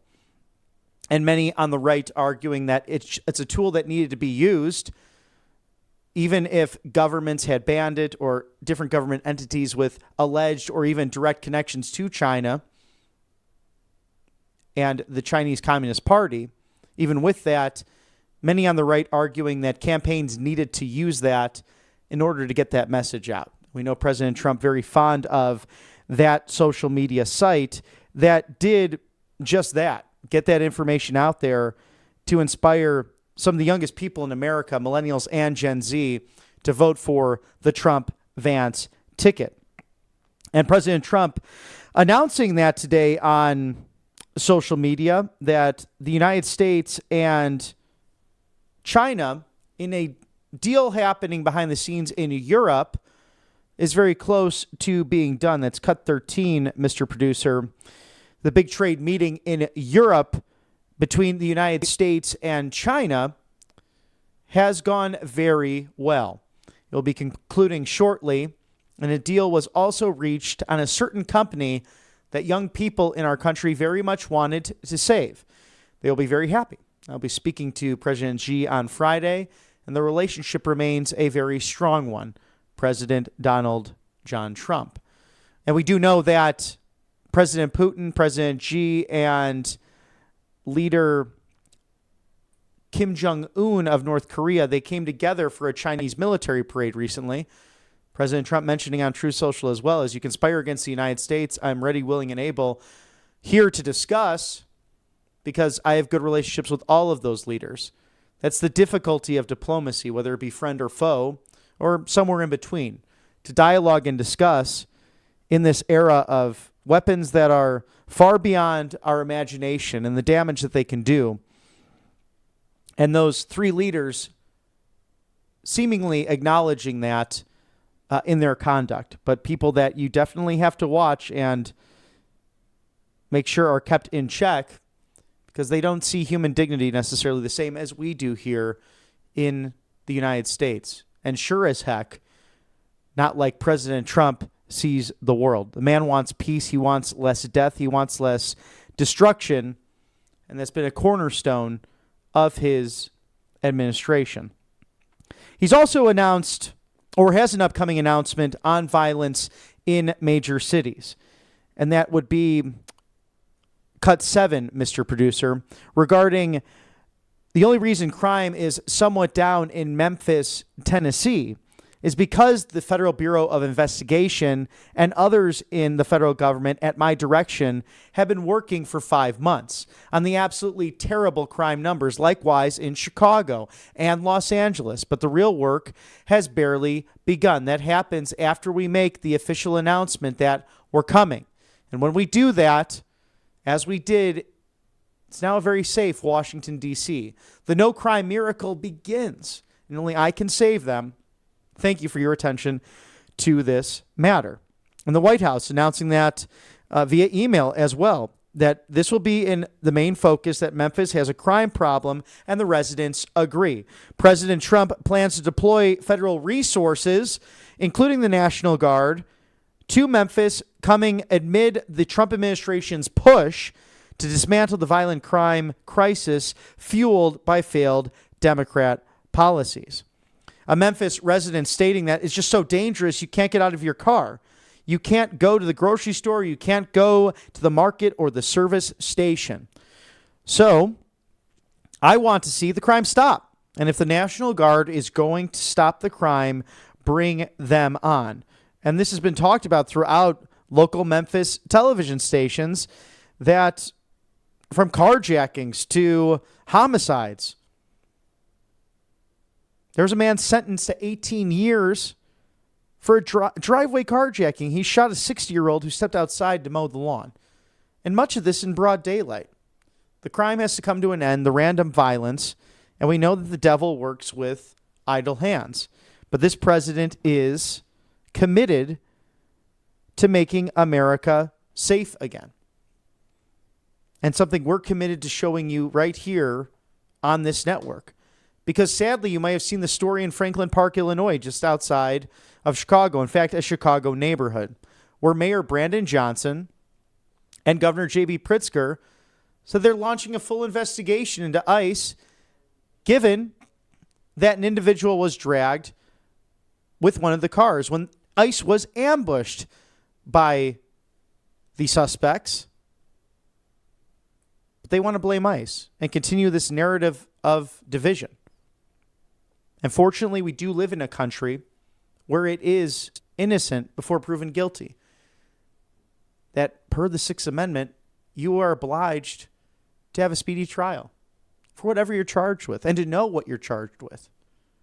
Not everyone has been given that due diligence, those rights, including people that decided to debate and contest the 2020 election, including those who decided to pray outside of abortion clinics and who happened to be members of the Catholic Church. But legacy chooses to ignore that, sadly. That's why we exist here, the new media at Right Side Broadcasting Network Live, to bring you what's happening, and so that you can make up your own mind We are the antithesis to the yellow journalism. We are not the legacy. And what a relief it is to do that on a daily basis to help bring you the truth here on the right side of history. Now imagine someone in your family waking up tomorrow with a fever or a cough or spreading the flu around the entire house. It's that time of year. It's flu season prep. It's Tamiflu, antibiotics, antivirals, ivermectin, hydrochloroquine, immune support. Prepare your medicine cabinet before flu season. allfamilypharmacy.com/RSBN. It's code RSBN10, 10% off today. Scan that QR code now. Being proactive can beat scrambling at the last minute. Imagine not having these life-saving medications when those sicknesses happen. Prevention is easier. It's cheaper. It gives you peace of mind. You have it ready to go, especially if you don't have that energy to get up when you're dealing with the seasonal flu and so many different variants. So why not stock up on the essentials today? And this is where you get that start, because in 2 to 3 days from ordering right now, you'll get that life-saving medication at your door with no red tape, no bureaucracy, just doctors and pharmacists, nurses who care about your health, not serving the PBMs and the insurers that might double dip with a pharmacy down the street. Oh no, All Family Pharmacy has been way ahead of this for a long, long time. And at RSBN, we trust All Family Pharmacy to help you with your medicine and medical needs. allfamilypharmacy.com/RSBN. They make it simple to get the medications you might need, prescriptions included, and you will be all set and ready to go, especially if you're going on a vacation to see beautiful fall foliage up north. You can take these 200 essential medications with you, easy to travel with, and code RSBN bringing the financial relief. Again, allfamilypharmacy.com/RSBN, 10% off code now, RSBN10. When the banks fail, where do you turn? It's monetary gold for wealth and security and preservation, and simply grabbing your complimentary presidential gold guide with that handsome gentleman at the front of that. It's the 45th and 47th President of the United States. So call today. Don't delay. It's 800-476-7790. 2 banks have already failed in 2025. You also have the big corporate banks. Fortunately, in the loveliest village on the plains, it's those smaller banks that are still remaining intact for diversity. But when they print paper money into the system, inflation skyrockets as a result. And with $37 trillion in national debt, more failures are on the way. It's not fear-mongering, it's just common sense. Over 5,000 years of human history proves that, with gold and silver and hot commodities that are coins that actually have stood the test of time, that you can exchange with, God forbid there's an emergency. The banking system is built on quicksand. It wants you to fail. Then the other people win. Every new failure threatens depositors to retirement accounts, to everything you've worked hard for. So ask how to eliminate those IRA fees today. It's rsbnforthegold.com, rsbnforthegold.com. Call immediately. Discover how you can eliminate those IRA fees permanently. When confidence collapses, so does the system, and you want to be ready with monetary gold. Again, grab your complimentary presidential gold guide right now and look at those options that can help save you and your family as we get towards the bottom of the hour, near 3:30 on the East Coast and 12:30 on the West Coast.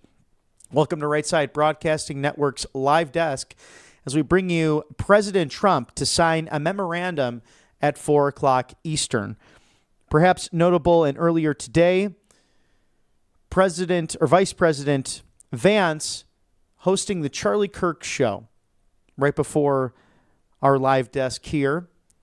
And no one can fill the seat of Charlie Kirk, but fitting that his personal friend who flew out to Utah to receive the body of Charlie Kirk, and for Usha Vance, our second lady, to console her friend Erica Kirk and bring the family back home to Phoenix Sky Harbor in State 48, that beautiful place known as Arizona, that became his adopted home. A fitting final journey upon Air Force Two, as this weekend, the State Farm Arena in Glendale, Arizona, just outside of Phoenix, will celebrate the life and legacy of Charlie Kirk with countless vigils that have been across this great land, from churches to the steps and the halls of our public buildings, our civilization reacting in such a way with candlelit vigils. And on Friday night here, in case you missed it, we were there on the Samford lawn outside of Hargis Hall to celebrate with the local Auburn Turning Point chapter the life and legacy of a man who really does not need any introduction, nor any explanation, or even a reading of his resume, because what he ultimately did was help people dust off their Bible, return to church, and inspire countless people in their vocations, whether it be single life, to marriage, to the clergy, to double down and to do better and to self-reflect and to take on that mantle of responsibility and to recognize that they were born for such a time as this. And countless relationships, whether they be professional to personal, friendships to marriage, all happened because of the life of Charlie Kirk.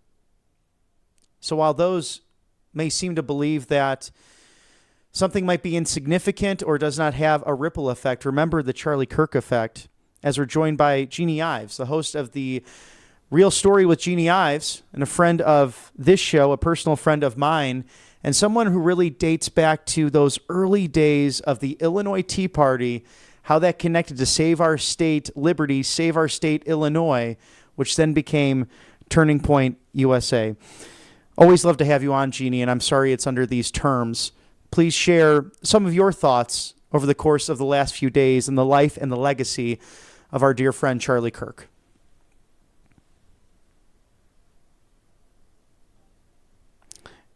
And I think we're having a few technical difficulties at the moment. We'll get Jeannie up as soon as possible in the moment. As we look towards the great life that was Charlie's and the fact that the White House celebrating that life, and again, countless vigils across the country, whether they be in churches or into different communities. And we'll play a quick video in case you missed it. Charlie Kirk celebrated by the White House. Cut 5, Mr. Director, if we can run that in the meantime.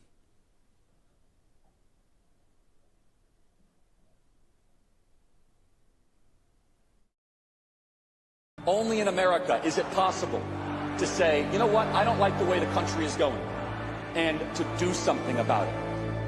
Take that risk. Take that leap of faith. Stay involved. Trust God and act obediently. Romans 12:2 verse. That God will use all things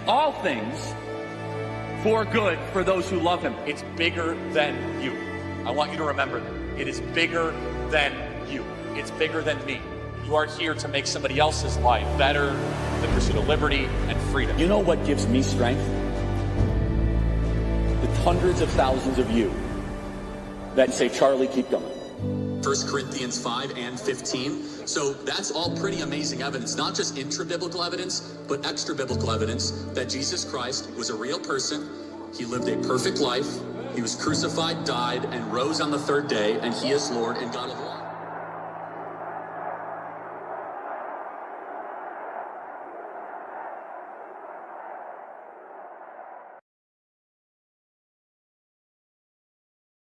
And to me on Saturday night after a vigil in Naperville for Charlie Kirk. And she said, you know, Charlie was so impressive that everybody just flocked to him after the speech. And that's really when Bill Montgomery, who helped co-found TPUSA with Charlie, discovered that he had this real gift for connecting with people. And so one thing led to another. But Illinois is really where Charlie got his start.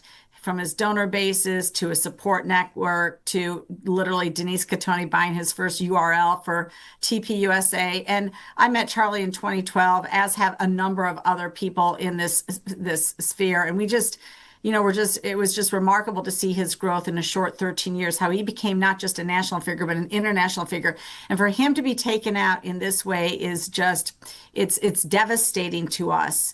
You know, I talked to one of his board members, his treasurer, Tom Sadeka, and he says the money is pouring into the organization. He says that They've had 32,000 new requests for chapters on various college campuses already. And he says even the staff, they were offered a week off and they said, no, we're not taking a week off. The mission continues. So they're fully focused on actually expanding on Charlie's growth. But I got to tell you, for people who knew him personally and saw his work ethic and what he did, I'm just devastated. I cannot believe that this happened at this time. I thought we were over this in our history, to have such a political assassination of such a young figure in the midst of on a college campus where you should almost feel protected, and you weren't. It's a place for youth and free discussion, and he was denied all of that.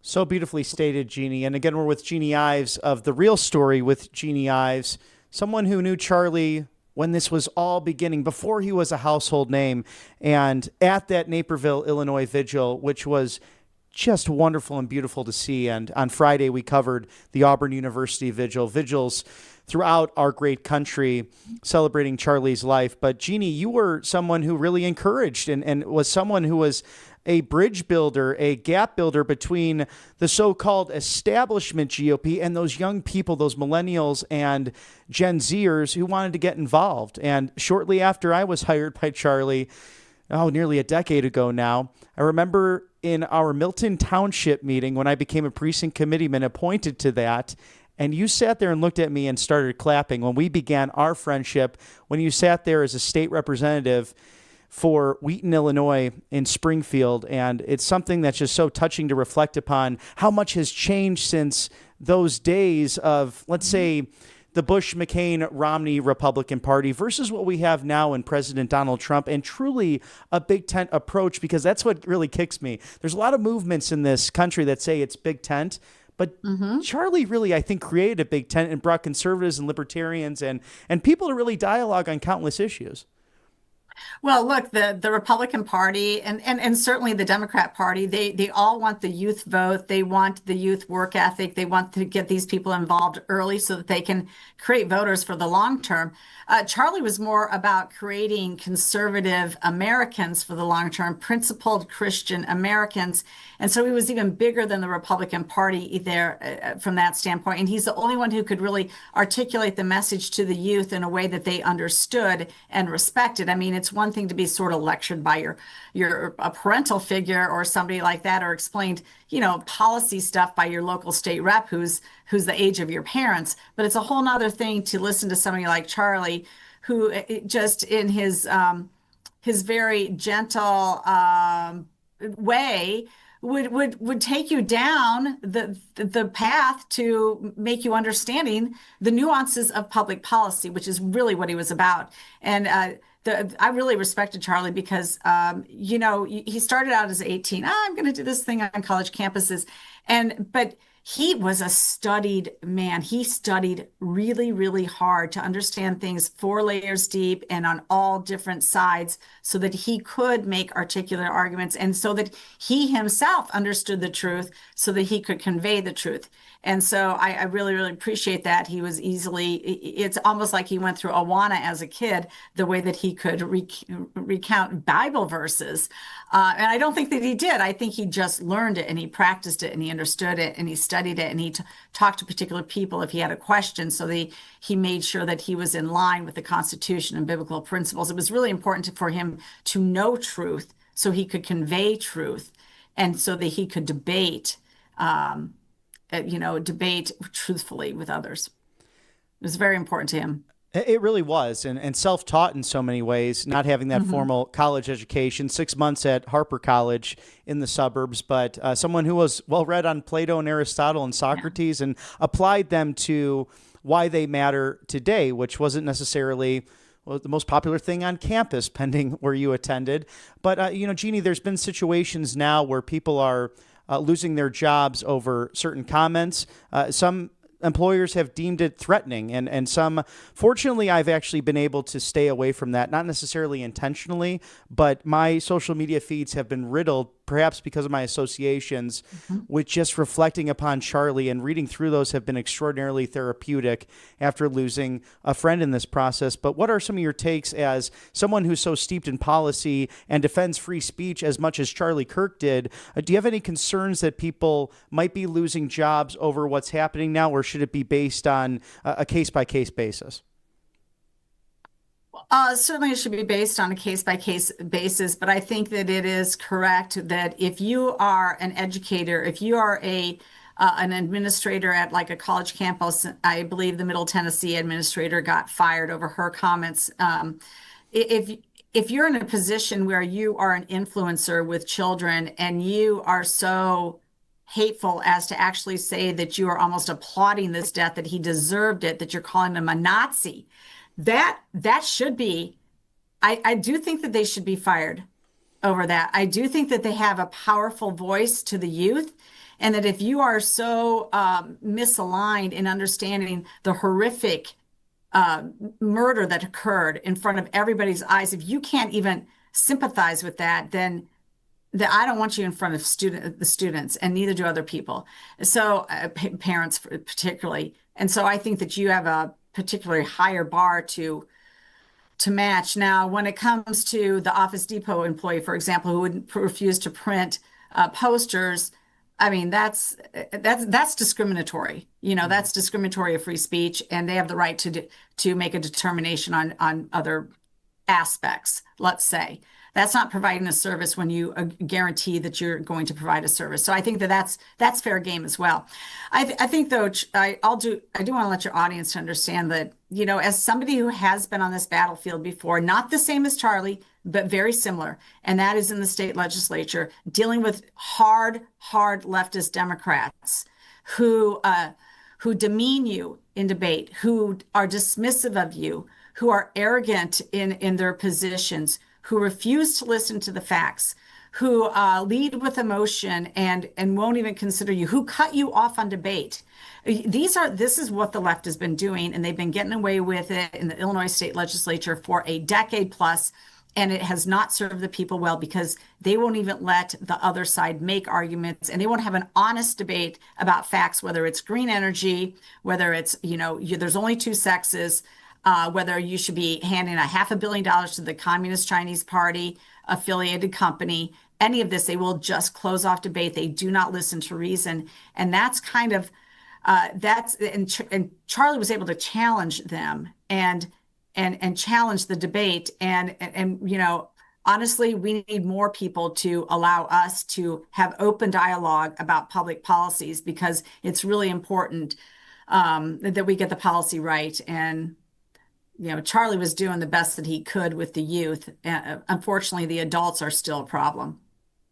Well, there is such a mix now of we live longer as a culture, which is good. Mm-hmm. And now with these institutional questions being brought not only to the federal government, but to all bureaucracies, especially in the state of Illinois, I was really perplexed by how the United States Senate, before this tragedy, their finance committee seems to fall to that line of thinking again, because if you look at who's donating and the lobbyists that are behind both Republican and Democrat efforts, at least in Senate ranks, Bill Cassidy to Tom Tillis to Bernie Sanders and Elizabeth Warren, they are all in the coffers of Big Pharma. Of course, someone like a Robert F. Kennedy Jr.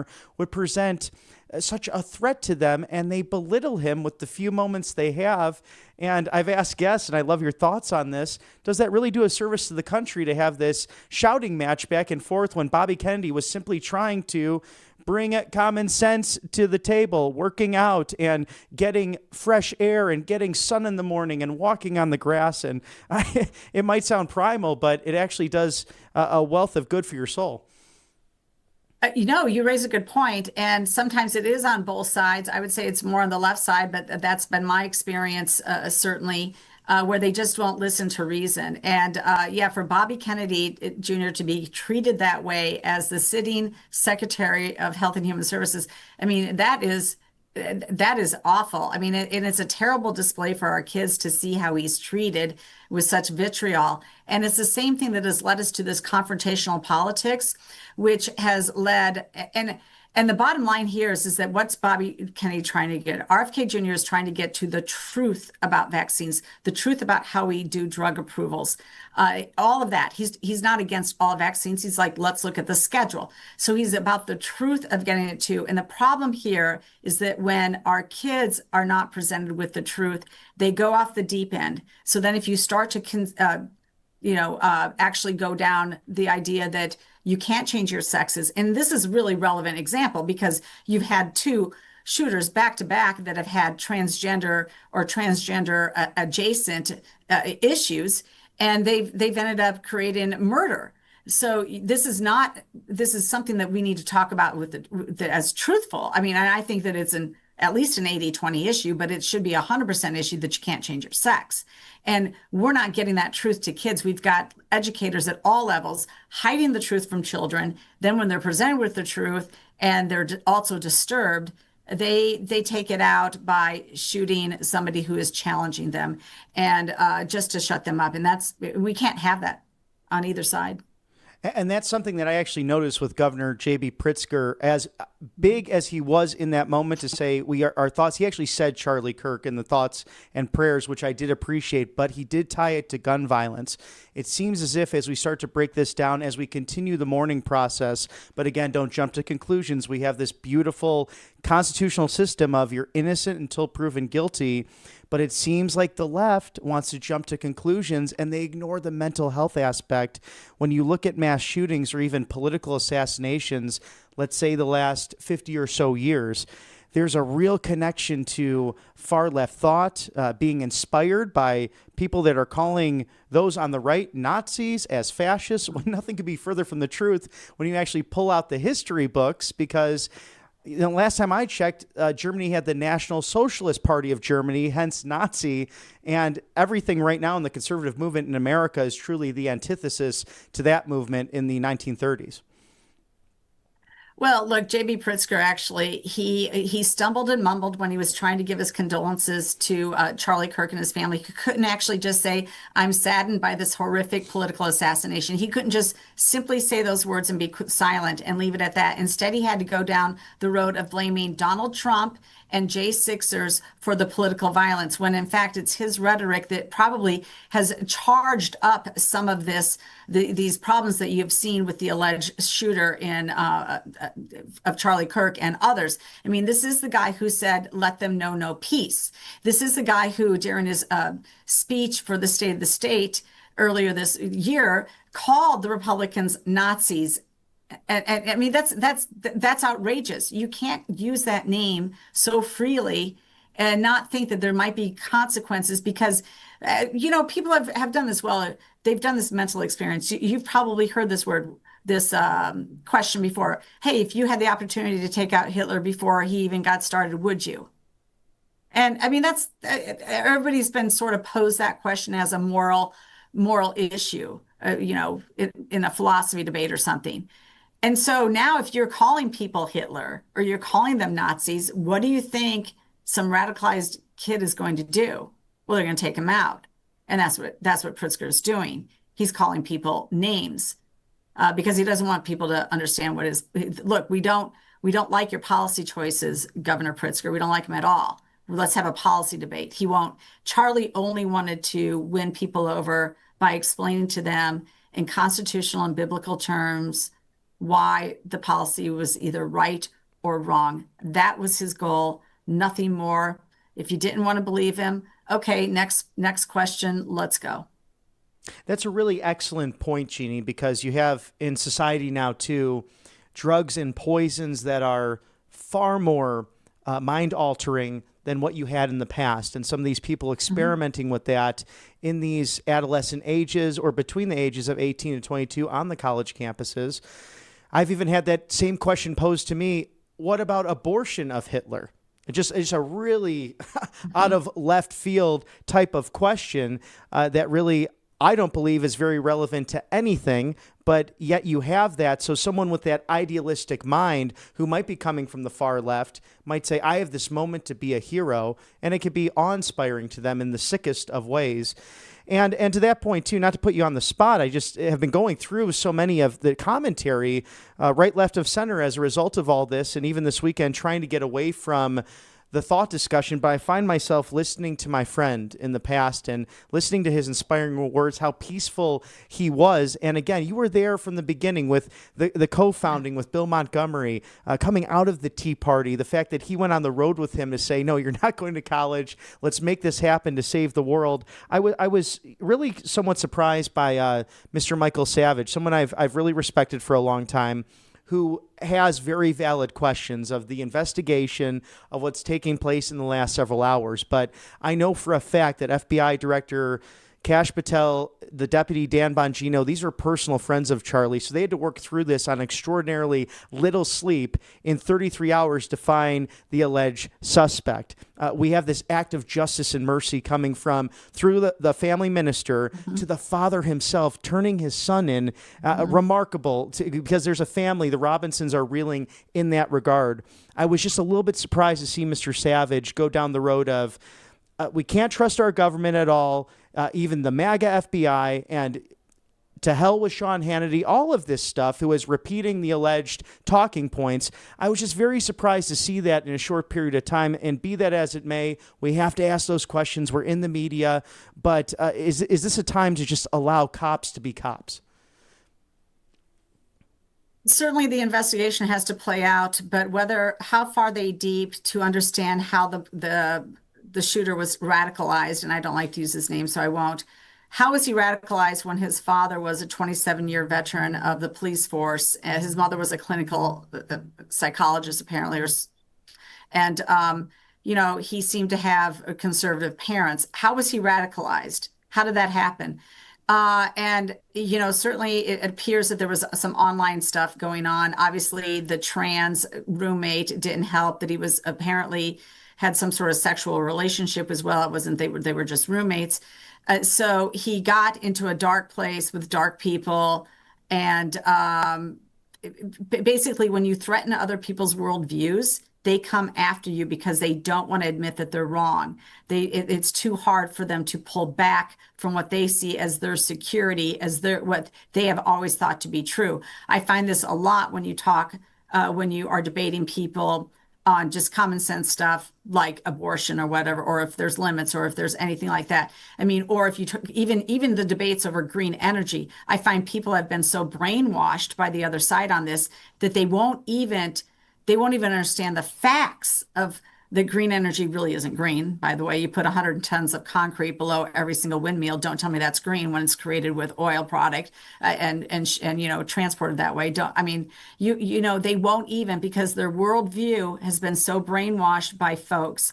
And it's really hard once you have bought all into something to pull back from that understanding. So people who threaten your worldview, especially if you're on that spectrum, if you are maybe taking some of these mind-altering drugs, and I don't know, nobody knows what he was doing, but somehow he was radicalized. We need to get to the bottom of that. Some people want to say that this was some sort of conspiracy operation with, Democratic Socialists of America. I kind of saw that out there. I don't know. I mean, we don't know, but we certainly need to find out who was behind it, who supplied the weapon, how did, all of that needs to be discovered. And hopefully we do learn something from this. But I think the bottom line for most people is, you know what? Now is the time to speak up. Otherwise you will know no peace. And you've spoken to those college campuses for those turning point events. Yes, and is it not this extremism, Jeannie, from an unholy triumvirate of communists to the Islamists, who I like to say the runoff of ISIS and Al-Qaeda, extreme Islam ideology that you'll see in the Middle East? We've sadly seen over the course of 24 plus years now that's become a household term, to the secular globalists. They all know together that they can be bedfellows because their opposition happens to be Bible-believing Christians who are called, as Charlie put it in his tribute video, to go out into the world and to correct error with the truth, albeit as I am a sinner, as Christians all fall short of the glory of God, but we strive to be Christ-like every day.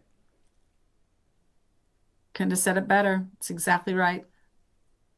Well, Jeannie Ives of The Real Story with Jeannie Ives, we can catch you on Sunday nights. Such a pleasure to have you on the show to reflect on the life and the legacy of Charlie Kirk, because you were there for it. And I know on a personal note how much he admired you as well, and how he could make each and every one of us feel like the one individual in the room, regardless if it was a fundraiser, to a banquet, to a conference, or just tabling. I mean, he really was the real deal. And I know as I will miss him, that you will miss him as well. Very, very special man, and his legacy will live on, and we will keep his memory alive and his mission alive, because we have to. It is for America, the greatest country on the earth. Amen. Thank you so much for fighting for it and for continuing your due diligence, and we appreciate you coming on the show today to reflect on Charlie's life. Thank you so much for having me. Appreciate it. And as we prepare for President Trump to sign a memorandum at the top of the hour, we'd like to thank our sponsors here at Right Side Broadcasting Network Live. It's All Family Pharmacy that's preparing you for fall flu season. So important to do. When you have the kids come home with that cough or that fever, or really anyone in the house that can pass along that disease that comes around this time of year. And even with some other ointments or even other things like inoculations, it might not cover all of it. When you have things like Tamiflu, antibiotics, antivirals, ivermectin, hydrochloroquine, to countless medications, 200 essential medications, in fact, from immune support to biohacking, even weight loss pills that can protect you in this moment. Prepare your medicine cabinet now before the flu season. allfamilypharmacy.com/RSBN. 10% off, code RSBN10. Scan that QR code right now for the ultimate in health. It's simply a pharmaceutical note. It's doctors, it's pharmacists, it's nurses who care about you and yours. It's not the red tape, that bureaucracy that can stop you in your tracks. So if you order today, get this within 2 to 3 days from now. And that's just the start, because RSBN cares about your health. We care about All Family Pharmacy, and we're grateful for their sponsorship here and sharing the medications that you need. allfamilypharmacy.com/RSBN. And then you can make a bet or two on the questions of the day. Trade on everything from who will win the Nobel Peace Prize. I have a candidate myself. So does Claudia Tenney of New York and Buddy Carter from Georgia. It's Donald Trump, the 45th and 47th President of the United States. I think he's very eligible for that Oslo, Norway award. Will President Zelensky meet with President Putin before January? Scan the QR code now and trade on anything affecting the American culture. Kalshi.com/RSBN as we await President Trump coming up moments from now, scheduled for that on a day that is, again, a reflection of the life and legacy of a dear friend and a great person. Excellent husband and father. I mean, really, when you break it down, that's who he was. That's who he truly was. That's what you talked about. Who you are versus what you do. There is a difference. And so many of us identify it, even though he was on that biblical mission that he ended up going on. I'd like to call him America's pastor. And it's nothing to take away from others who have done extraordinary work, including those who were involved in Turning Point Faith with Charlie's vision. But did he not become America's pastor? Preaching forgiveness, preaching nonviolent discussion and communication with countless people on America's colleges and universities. And then going into the American church and calling out things like "He gets us." What a stupid campaign. And it's worth calling out because Christ offers mercy. He's just. As from an earlier interview we had today with Francis Floresca, just talking about Jesus would come and flip the tables if necessary. There is just anger. But you always remember that on the other side of any dialogue, of any debate, that there is also a human being that there is someone who, in many cases, simply brainwashed, as the great Jeannie Ives put it. That they've been sold a platter or a platitude of crap. I mean, the best is, thank God for shows like Landman now, because you look, the media shapes just about everything. You have Billy Bob Thornton's character talking about how ridiculous windmills are, that they can't be recycled. Remember President Trump coming to Turning Point USA, the Student Action Summit in 2019 in West Palm Beach, that same convention center where I last saw Charlie last summer in 2024 for the Faith Convention after President Trump's riveting speech on faith in the household. The windmills, they come from China. They're bird killers. And I mean, President Trump had us in just laughing from side to side. I mean, my goodness, I was feeling my abs for the first time in forever listening to a President Trump speech on windmills. It's really quite a pleasure because through comedy, he's making a point that why is China and General Electric, a once great American company, pushing this on America's farmers? Doesn't make a lot of sense when you can't recycle them.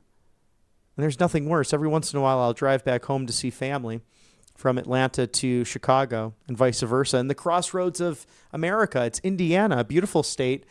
Southern Indiana, there's a stretch of miles of these windmills. And I'm like, am I in a dystopian utopia? I don't want to look at this. Can't even recycle these damn things. They end up killing our flying friends in the sky. It doesn't make a lot of sense for the ecosystem. And that's why people like Charlie would debate on policy and discuss these things. And again, ask those on the college campuses for Campus Clash, the American Comeback Tour. Come to the front of the line if you're a student and you disagree with me. Let's talk about it. Because he believed in this time of crazy amount of social media that has proven to be cause mental illness to a certain extent, or at least depression. He started to evolve that argument over time. He never changed as a person. This is something that I've been talking about almost every broadcast since what happened last week. Some, even though having glowing terms about him, and they should, said that he changed. Charlie Kirk never changed. He might have changed style or rhythm, and as Thomas Jefferson once said, yeah, it's okay to change in the sense of style or perhaps the way you argue a point, but never in matters of principle. You stand like a rock when it comes to that. And Charlie did just that in the modern era, inspiring countless millions, and especially Gen Z, which is Gen Free, and other organizations that were created and bolstered up as a result of him going to the college campuses and inspiring people at 4 o'clock or 4:01 Eastern. It's 1 o'clock on the West Coast, as we mourn our friend and cover the latest for you at the Trump White House. It's angelpace.com, which can really help you as we get into the winter months. Well, not too far. We're in the fall right now. We're getting into that with the dog days of summer. It's Angel Paste Miracle Cream. You see me use it here at the network. Vitamin B infused, no chemicals, non-GMO. Experience that miracle today. You have the orange option, which is vitamin C infused. Again, non-GMO, no chemicals. It's good for you. It's good for your skin to absorb. And again, with all these chemicals that are in the atmosphere, one less option to poisoning yourself is probably a good thing. But they're also Christian owned. They are based in Spring, Texas, on the Gulf of America, right in the Houston Metroplex. It's a good place to be. Good people in the Lone Star State. Angelpace.com. Also a facial spray and a natural mosquito repellent, among countless others to look at.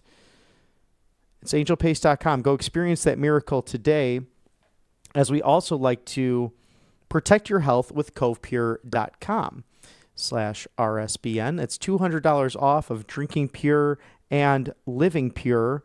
This is one of the finest reverse osmosis systems that's out there, and you can see it displayed right now. An RO system is something that everyone needs, and it fits right there in the kitchen. It's no bigger than a coffee maker. How about that office den or the man cave? And you can see there on display how easy it is to use. It's hot water, it's cold water, it's lukewarm, whatever you need. Always good to get up in the morning and drink a couple of glasses or cups of good, pure water. Utah and Florida, they have introduced legislation to get rid of the fluorides, the pesticides, the hormone disruptors, and just the nastiness that's in water. So you have some of those other things in antibiotics to medicines, again, to birth control, whatever it is you're taking. And sometimes it doesn't always get absorbed by the body in its completion, and that gets flushed down the toilet. And then water treatment facilities, they don't clear out all of the impurities to 100%, not like the Clearwater technology you'd find in Cove Pure. Then you drink that tap water, it gets in your system. This could also affect the IQ of countless individuals, bringing it down over 2 points by certain studies. So I think, again, Robert F. Kennedy Jr. vindicated in the work he's done for countless decades now. But drink pure and live pure and choose what matters most. It's covepure.com/RSBN. Get $200 off now. The premier reverse osmosis system. It's better than all of them in the market. It's covepure.com/RSBN. Thank you for sponsoring us on the right side of history. As we await President Trump to sign a memorandum, he is posthumously awarding Charles James Kirk the Presidential Medal of Freedom at a date to be set. And it's extraordinary given the fact that it's not just handed out willy-nilly. It's handed out to those who have made a massive difference in civilization. And there's no question that Charlie did that on a daily basis. So from a friend of his to the President of the United States, thank you, Mr. President, for this high honor, because in doing so, it truly honors us all. As we await this live moment for President Trump to sign a memorandum, let's take a quick commercial break for sponsors. Don't change that dial. Stick with us here at Right Side Broadcasting Network. Welcome to Right Side Broadcasting Network, your trusted conservative news outlet. At RSBN, we deliver the truth when the mainstream media falls short. Since 2015, we've proudly broadcasted every single one of President Trump's iconic MAGA rallies, bringing you the excitement and energy live before anyone else. By watching RSBN, you get an unfiltered front row view of the action on the ground. We interview the crowds to give a voice to millions of Americans just like you. We show you President Trump's speeches in their entirety, free from interruptions and censorship. We cover the stories that matter to you with the integrity and passion you deserve. Thank you for choosing RSBN as your home for America First News. Together, we stand strong, united, and informed. So join us and be part of the right side of history. Hey y'all, it's Silk from the Diamond and Silk Chit Chat live show. Look, don't forget to check me out right here on RSBN Network. Be sure to watch the show on Right Side Broadcasting Network, and I want you to support Right Side Broadcasting Network. Yes, it's imperative that you do so, okay?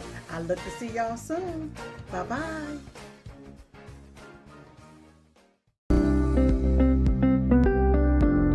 allfamilypharmacy.com/RSBN. You can scan that QR code now, RSBN10. That is the code, easy to remember, for 10% off. This is ivermectin, hydrochloroquine, antibiotics that will save you and yours from bacterial and viral infections, NAD+, and much, much more. 200 essential medications and emergency medical kits, the meds you trust delivered to your door.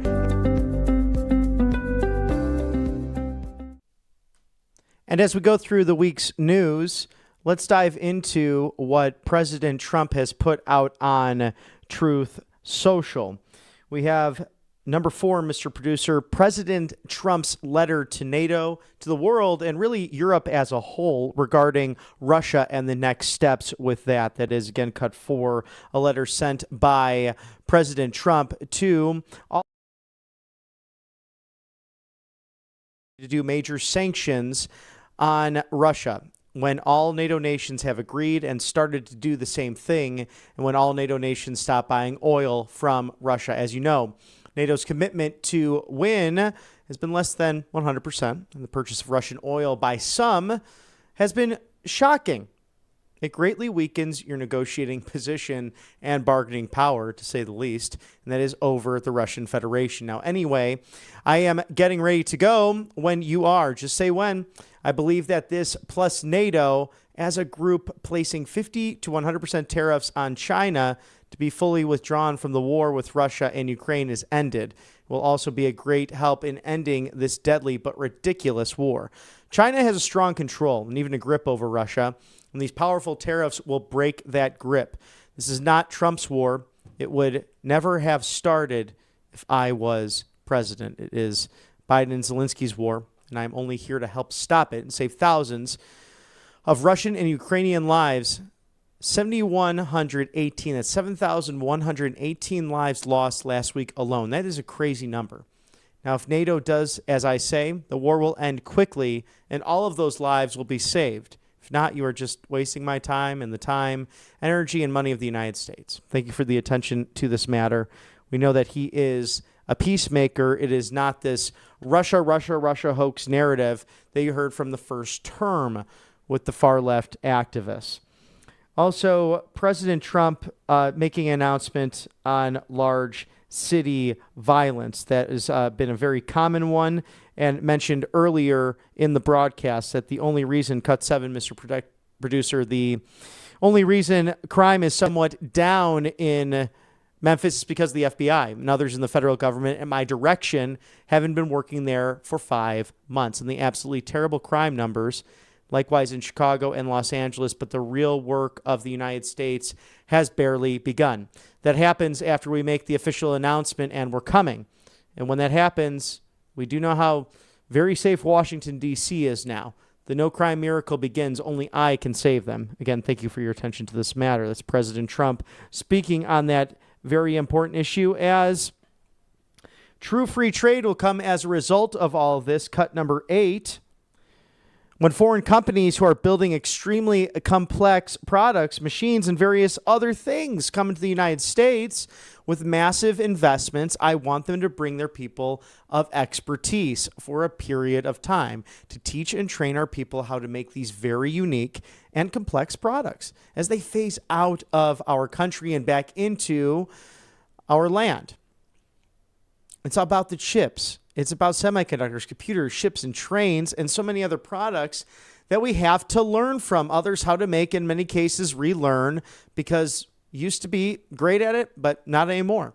For example, shipbuilding is one of those issues, and I don't want to frighten off or de-incentivize investment into America by outside countries or companies. We welcome them. Wow, it's common sense, is it not? From this person that they claim that these tariffs will somehow affect the economy in such a negative way or harm national security. President Trump stating further, we welcome them, we welcome their employees, and we are willing to proudly say we will learn from them and we will do better than them at their own game. There is no better builder-in-chief than President Trump as they are breaking ground on the 90,000 square foot presidential ballroom. Before, if you celebrate at the White House, it was tents. It was nice shoes that were up and down on the mud. Remember, this is all built on a swamp. It's time for a ballroom. If you've been to Mar-a-Lago's ballroom, it's a nice presidential ballroom. It'll be even better at the White House. Thank you to our sponsors here at Right Side Broadcasting Network Live. It is Tax Network USA, tnusa.com/RSBN. Settle the back taxes now. Protect yourself from the IRS. Call today. Don't delay. It's 800-357-1415. tnusa.com/RSBN. 800-357-1415. Protect yourself from the IRS and from back taxes now. Very smart to do, especially if you just open a business this year and it's confusing the process, backlogged by paper and just simple confusion and the use of countless credit cards. I can remember in my sales day when some people could not purchase certain essential items when they open the business. Makes sense. It takes a lot of money to do so when they take that risk, and taxes might be on the back burner, but it's good to stay ahead of that with Tax Network USA Incorporated. And then, Mr. Director, that MyPillow.com. Thank you for that. .com. MyPillow.com/RSBN. 6-piece towel set. It's back in stock.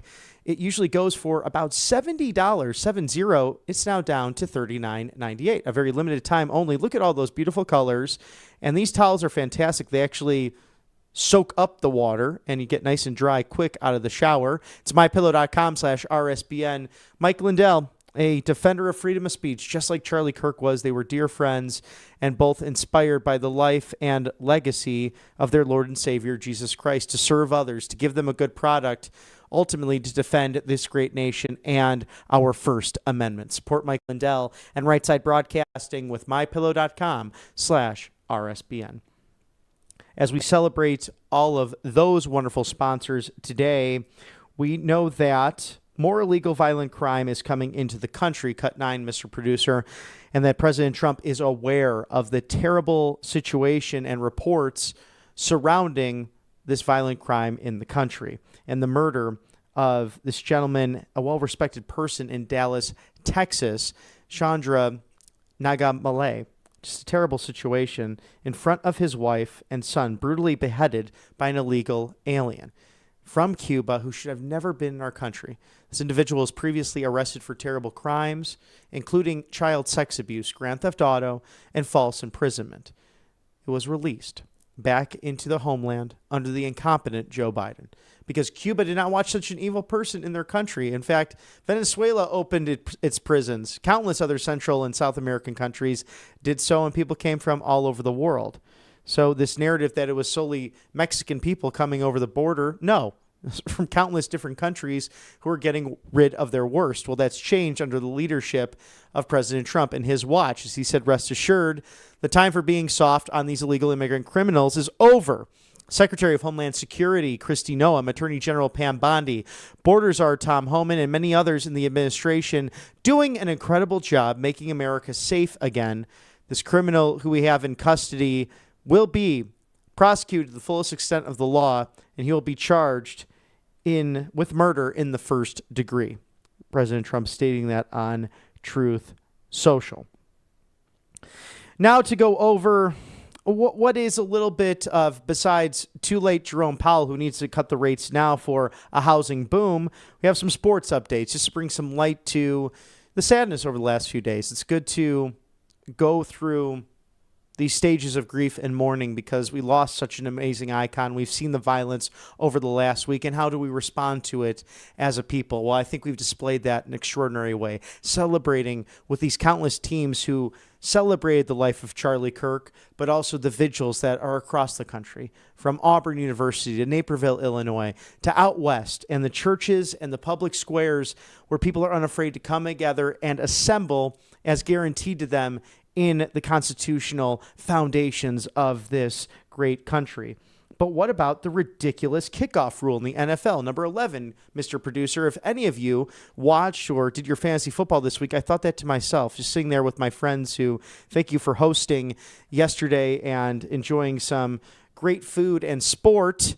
The NFL has to get rid of that ridiculous-looking new kickoff rule. My thoughts exactly, Mr. President. How can they make such a big and sweeping change so easily and quickly? It's at least as dangerous as the normal kickoff. I mean, these are big guys who can run fast. There's nothing stopping them in the process.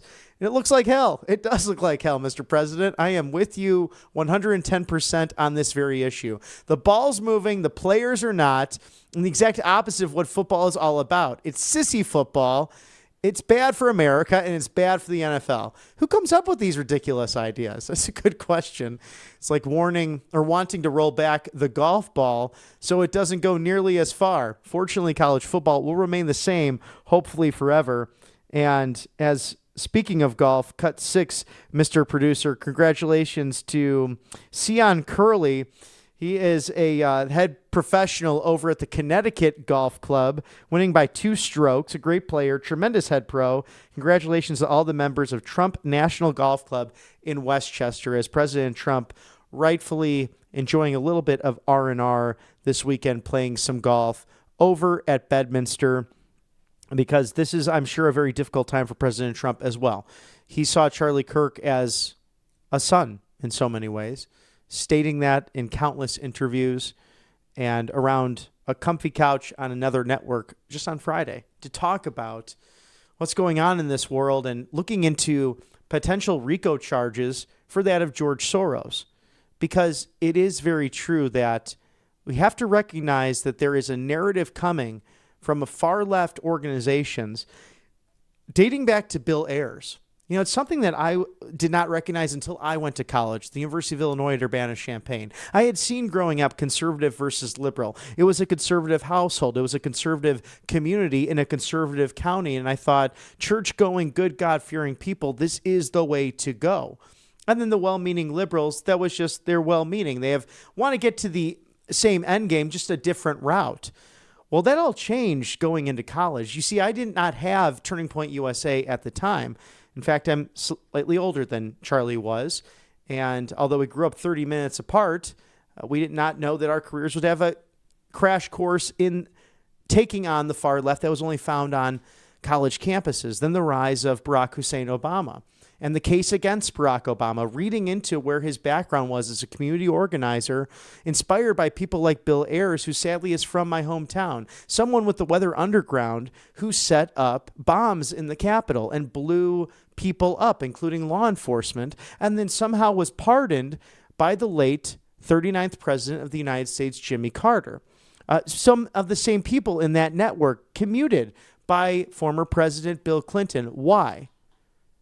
And you have a left that has a narrative of saying President Trump is all about Russia and a Putin puppet, when it was Crossfire Hurricane and Barack Hussein Obama's administration who knew of this, with the auto pen in the room, that Secretary of State Hillary Clinton was spying on the Trump campaign with her operation and her team of John Podesta, someone who's been involved in very questionable things over his career. How about John Brennan and James Comey?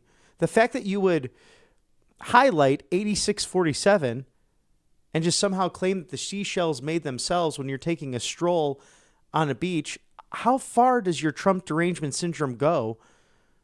As we've outlined here, clearly this is a president who's committed to common sense, who's committed to putting the United States first, just as Charlie was. And that's Charlie's legacy. Recognizing the evils that were in this world, not just on the college campus, but what spread like a virus throughout every aspect of American life, especially during COVID and the BLM and George Floyd riots that led to a far left thought, but a reclamation 5 years later of constitutional governance. That it's not necessarily Republican and Democrat, but rather where you stand. What are you doing to better yourself? Are you having peaceful dialogue? Are you going to church? Are you living out your vocation properly? It was awe-inspiring today as Vice President J.D. Vance hosting the Charlie Kirk Show from his office in the executive Eisenhower building right next to the White House on that same campus. An ornate part of the building that used to be the Secretary of War's office.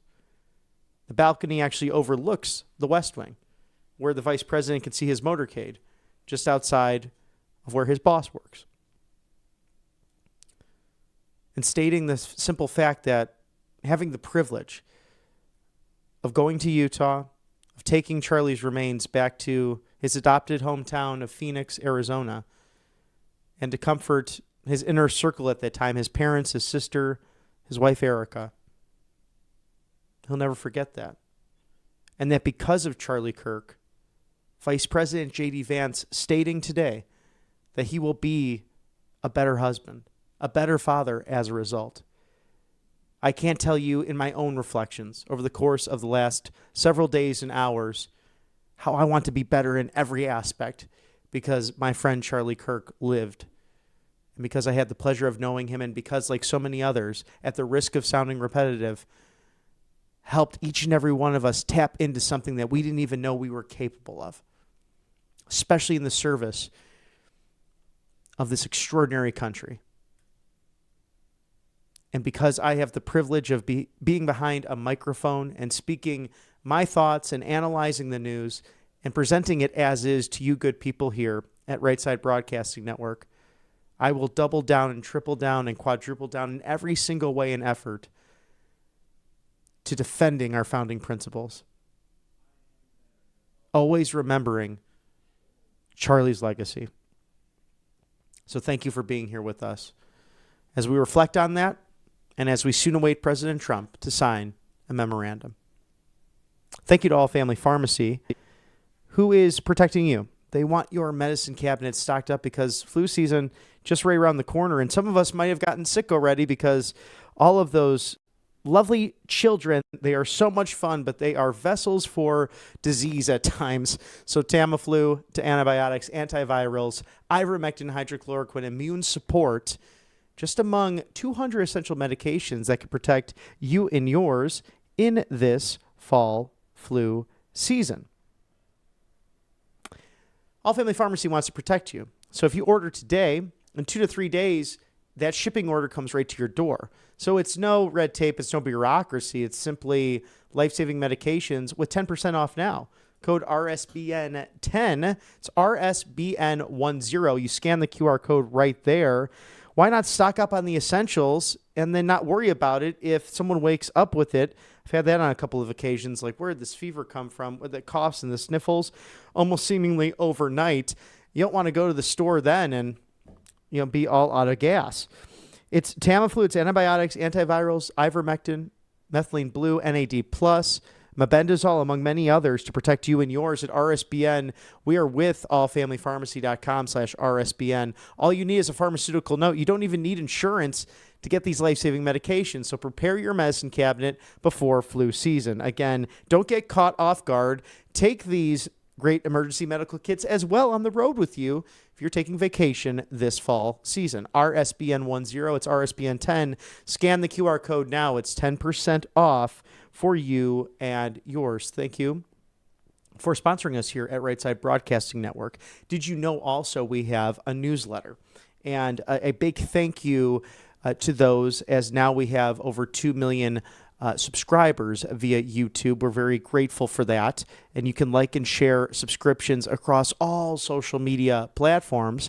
You can support us right here at Right Side Broadcasting Network by getting those updates so we can irritate you throughout the day. It's great newsletters, it's great broadcasts, it's everything in between to analyze the government you put into place. rsbnetwork.com/donate. Text RSBN to 801-801. Thank you for those dollars as we take on that legacy media. There's also the hard address for you there, 1550 Opal Lake Road, Suite 6, Box 344. 1550 Opal Lake Road, Suite 6, Box 344, the loveliest village on the plains. It really is, especially after the vigil Friday night.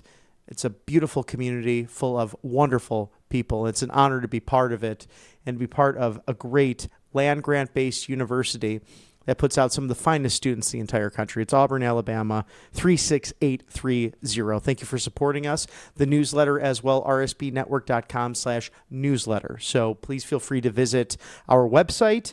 And if you wish to opine as well, all the good, the bad, the ugly, we read it all, and we appreciate your 2 cents. You can do that by going to feedback@rsbn.tv, feedback@rsbn.tv.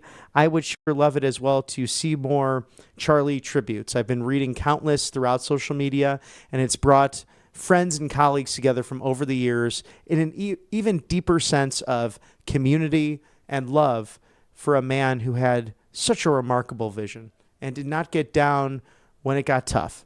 Just never, ever did, but always did it peacefully and patriotically with a big smile on his face, always asking God to be with those who would cuss at him, spit at him, treat him just absolute garbage. You just keep going. You tell the whole staff, keep on, keep on smiling, because it was about grassroots humility, persistent innovation, and that warrior spirit. Always be a happy warrior. As President Trump, the happiest of warriors, had a press gaggle yesterday just reflecting on the moments our country is facing and the fact that Charlie Kirk, the Turning Point Action, they were a big reason why he won re-election.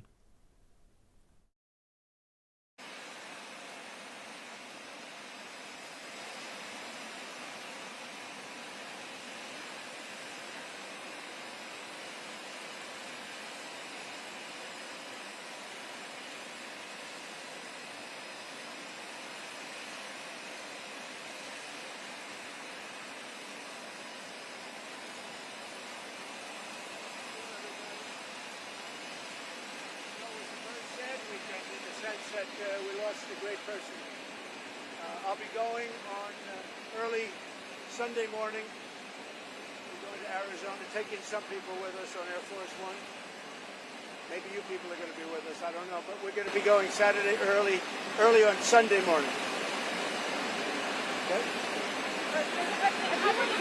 Go ahead. Good. We had talks going on. Scott Bessent is there and some others. Jameson is here. And yeah, I think they're going fine. We're going to see, but we've hit them very hard in so many other ways. I don't know if you know. Do you know what they're paying right now? What are they paying right now?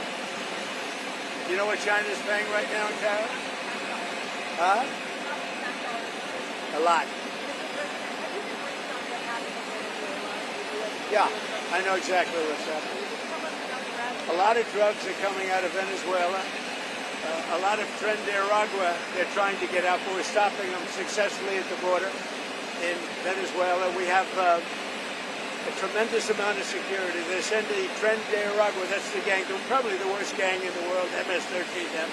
I think they're probably considered worse. And we don't like what Venezuela is sending us, whether it's their drugs or whether it's their gang members. We don't like it. We don't like it one bit. Hold it. You want to move over here, fellas? Wouldn't it be easier for you? Go ahead. What was the message that the Prime Minister on Friday? Look, we're with them. You know, they've been a great ally. A lot of people don't understand that about Qatar. But Qatar's been a great ally. But they also lead a very difficult life because they're right in the middle of everything. So they have to be a little bit politically correct in their terms. But I will tell you, they've been a great ally for the United States, Qatar. Well, we'll see what happens. There's certainly not a lot of boats out there, I'll tell you, since the first strike and then to a lesser extent the second. We don't see any, we almost see no boats out there, which is fine as far as I'm concerned. There's been very little boat traffic. I can't imagine why. And just on that, do you think you will stop this strike on mainland Venezuela? Oh, we'll see what happens. Look, Venezuela is sending us their gang members, their drug dealers, and drugs. It's not acceptable.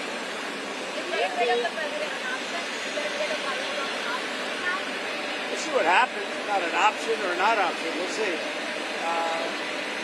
He had an election that was wrong. It was almost as corrupt as our election of 2020. You know that? You know what I'm talking about? I wouldn't say theirs was much more corrupt, but it was certainly corrupt. But ours was corrupt also. I may or may not. They're negotiating TikTok right now.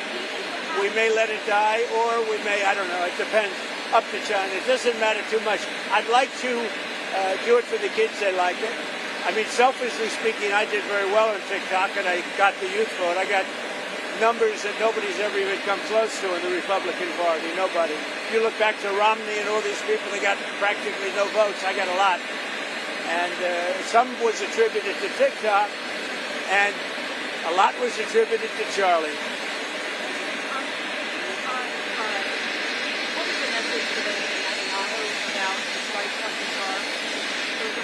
Well, my message is this. They have to be very, very careful. They have to do something about Hamas.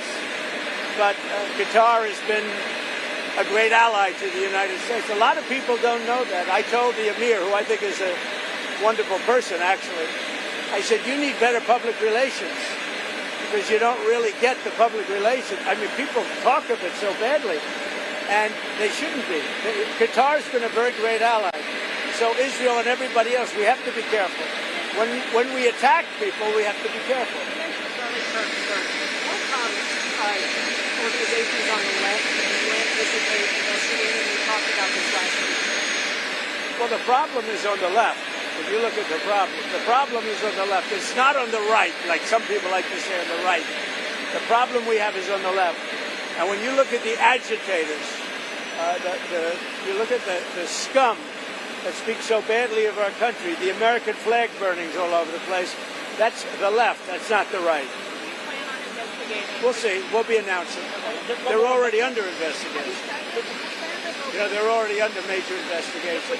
A lot of the people that you would traditionally say are on the left.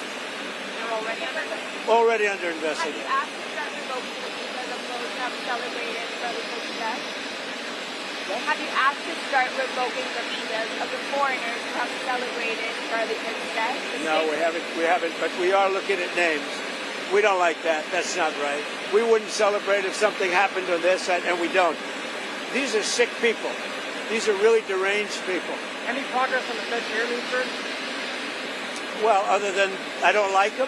No, but you are He's incompetent. The Fed chairman's incompetent.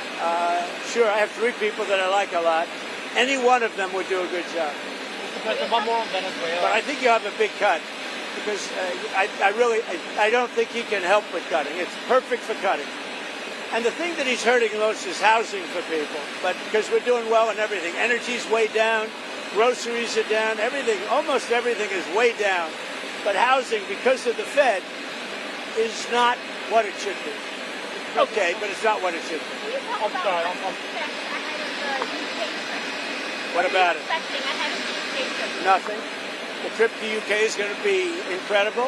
They've never done it before, twice honored. And that's because we had non-consecutive terms. You know that. You probably know that. But back in the days of Grover Cleveland, I don't think they did this too easily.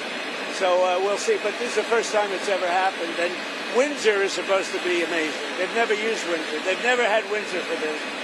And they're going to be doing Windsor Castle. It's going to be very exciting. I think a lot of you are going with me. Are you going with us? Huh? Are you going with us, Maggie? Not with you. Good. Just one more on Venezuela. The president of Venezuela called the strike on the boat illegal. Are you concerned that Maduro might escalate something? No, what's illegal are the drugs that were on the boat and the drugs that are being sent into our country and the fact that 300 million people died last year from drugs. That's what's illegal. Do you think he's not telling the truth when he said it was a fisherman's boat? Do you think that he's Oh, there. You could see it. You saw the bags of white everything right through the bags. It's nonsense. So we knew it before they even left. We knew it before they even left. We knew exactly where that boat, where it came from, where the drugs came from, and where it was heading. I mean, the problem is nobody's getting on boats anymore, so maybe that's a good problem. Do you expect NATO to issue sanctions against Russia as the ransom to do over the weekend? Well, they're not doing the job. NATO has to get together. Europe has to get together and do it. Look, Europe they're my friends, but they're buying oil from Russia. So we can't be expected to be the only ones that are, full bore. But Europe is buying oil from Russia. I don't want them to buy oil. And the sanctions that they're putting on are not tough enough. And I'm willing to do sanctions, but they're going to have to toughen up their sanctions commensurate with what I'm doing. Just to clarify, you wouldn't move ahead until NATO moves ahead. Well, I'm ready to move ahead, but they have to do it. I think they will. But right now they're talking and they're not doing it. Look, they're buying oil from Russia. We're not buying oil from Russia. They're buying a lot of oil from Russia. That's not the deal. Sir, on Putin, 2 weeks ago you told us that you would decide who was more to blame for the impact of the talks, whether it's Ukraine or whether it's Russia. How are you feeling right now? But when you say impact of what? The impact. Sorry, but nothing is happening. The impasse? It's not going to matter because when they go in, they're going to be very, very strong. So it's not going to matter. Maggie, go ahead. Mr. President, European nations do still buy, some of them buy natural gas from Russia. Would you like to see that pulled back as well? That's not the deal, though.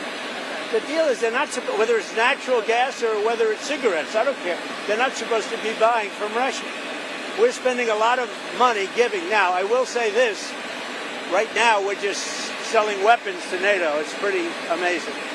Biden spent $350 billion. I'm spending nothing. In fact, we're making money. But I want to stop the killing. So it just came out, or I think it came out, but I know for a fact, almost 8,000 young soldiers died this week between the two countries. A little bit more from Russia, but divided. When you're the aggressor, you lose more. I don't know if you know that, but in war, when you're the aggressor, you tend to lose more. But it was a little bit more for Russia, but it was 8,000, a little bit more than 8,017 actually, died this week in that war. Why? And they're Russians. They're not American soldiers, but they're still human beings. They're souls. And I want to stop them. And I stopped 7 wars. I thought this was going to be an easy one for me, but this has turned out to be tough. The hatred between Zelensky and Putin is unfathomable. Do you believe that they will talk? That they will have a... I don't know. I think I'm going to have to do all the talking. They hate each other. When do you think that will take place? I don't know. Relatively soon. Has any of the NATO We're going to members- get it worked out one way or the other, but relatively soon. Has any of the NATO They hate members each other so much they can't breathe. So I'm going to have to get involved. Has any of the NATO members responded to the letter you sent yesterday? Yeah. Sure. They know it's true. Can you say They who? don't want to deny it. You know? They said, well, I'd rather not talk about it. I said, don't. What do you mean you'd rather not? That means you're guilty, right? Yeah, no, they agree. I mean, they look, they're buying oil. And they're buying it through a couple of countries that are selling it. So they're not buying it directly. Countries are buying oil from Russia and selling it into certain NATO countries. Not all, but certain very substantial NATO countries. That's not the deal. Okay? We all set? Just one more. Are we all set? You go ahead, sorry, last one. Just to clarify that you anticipate the next step with the Ukraine folks to be a summit, like a trilateral summit? There'll be talks, whether you call it a summit or just a get-together. It doesn't matter. But I'll probably have to get... They hate each other so much they almost can't talk. They're incapable of talking to each other. Thank you. Mr. President, will the First Lady accompany you to Charlie Kirk's memorial next week? I didn't ask her that, but a lot of people are. But we're going to Europe To the just UK. before, so we're going to be doing that. Okay. I haven't even thought of it. I've been thinking about other things. Okay. Thank you very much. Thank you, Mr. President.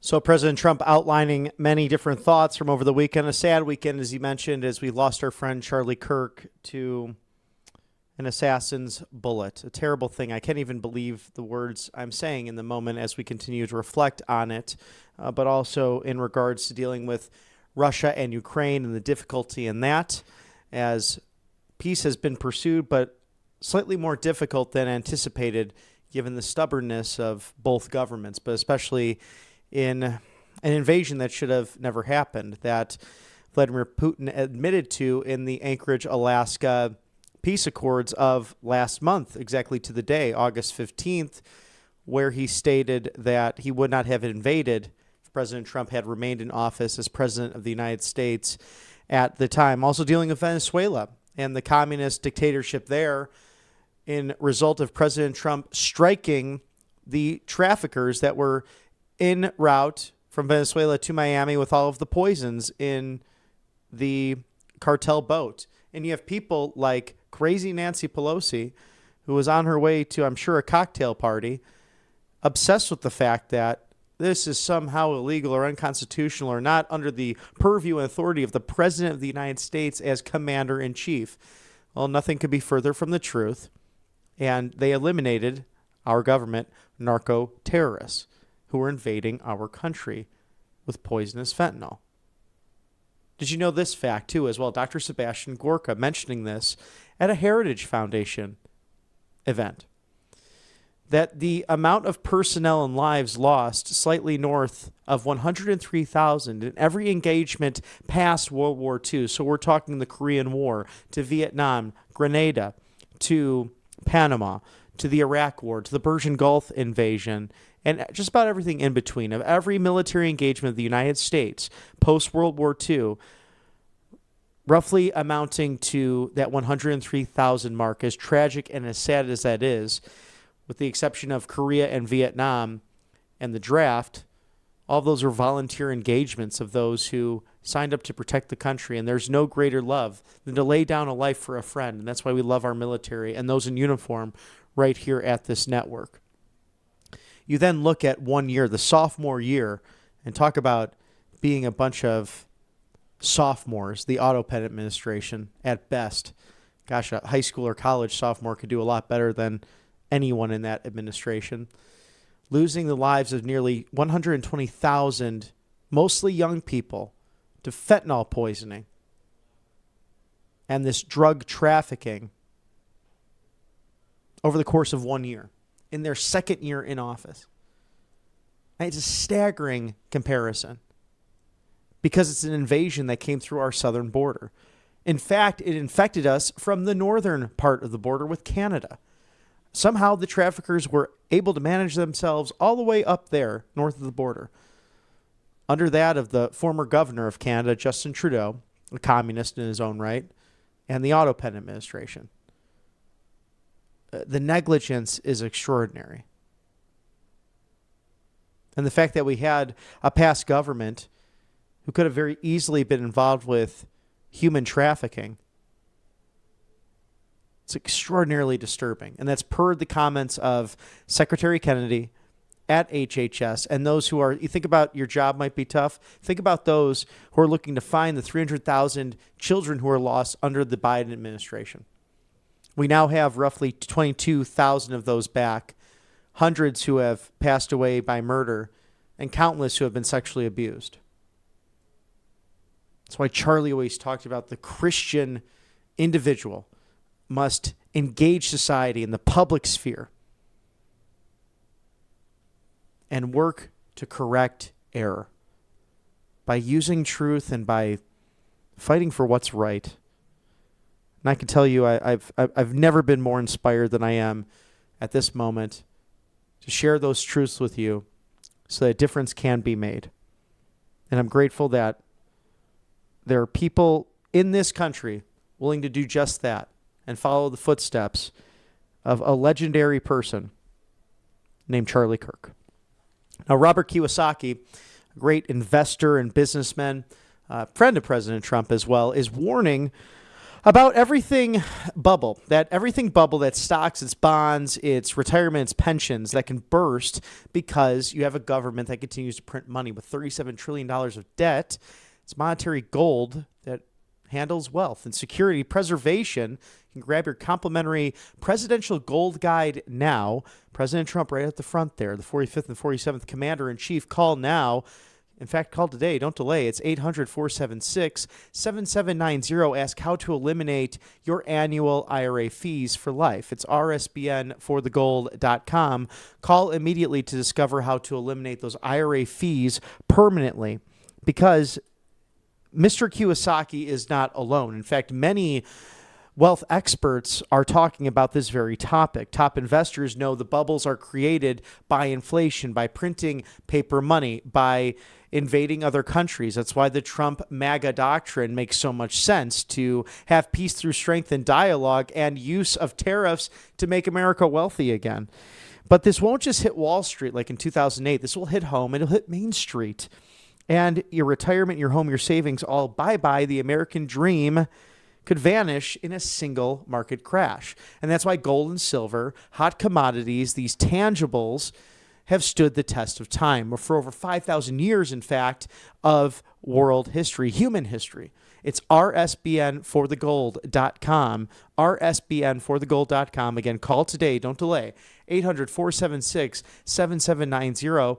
Grab your complimentary Presidential Gold Guide. As President Trump said in 2016, what do you got to lose? Grab it, see what happens, and let's see if you can make some good financial decisions in addition to what I'm sure you're already doing. But it's wealth, it's security, it's preservation, it's monetary gold, the best in the business. RSBN4thegold.com. Thank you to Monetary Gold for sponsoring us on the right side of history. As we approach the 5 o'clock hour, it will be 5 o'clock somewhere on the East Coast and roughly 15 minutes to 2 o'clock on the West Coast. So good afternoon and a good early evening to you fine American people and those watching around the world. Thank you for tuning in to Right Side Broadcasting Network's live desk as the flags are back at full staff. Over the last few days, we celebrated Charlie Kirk, and it was at half staff, and I can't tell you whether it's a football game or going to your favorite coffee shop and seeing that flag at half staff for your friend, something that will always stay with me. And I'm grateful for President Trump to honor Charlie with the Presidential Medal of Freedom at a date to be announced. in a posthumous manner for the family. It will be very special. Now, breaking news from President Trump via Truth Social. I have just read a news report that Hamas has moved the hostages above ground to use them as human shields against Israel's good offense. I hope the leaders of Hamas know what they're getting into if they do such a thing. This is a human atrocity in the likes of which few people have ever seen before. Do not let this happen or all bets are off. Release all hostages now. And by a count I saw earlier reported roughly 48 left in this terrible war and ongoing battle for innocent lives. And this is what they do. Wherever you were on the Iraq invasion, I think if we look, hindsight is 2020. We saw how intelligence agencies got that wrong in the process. We should not have invaded. But be that as it may, this is something that ISIS, who carried out that vacuum of power and grabbed a hold of that country at one point, would do the same thing. It's the same old playbook, whether it's Al-Qaeda to the Taliban to ISIS to the Islamists, who are committed to the destruction of human life. It's something, as I've been speaking on the show about, the unholy triumvirate trying to destroy the West. It's communism. It is radical Islamic terrorism. It's a secular globalist. They have no bounds. They don't believe in human dignity. And that's what makes it difficult, because their enemy, us, Bible-believing Christians, do believe in the dignity of each and every human life made in the likeness and image of God.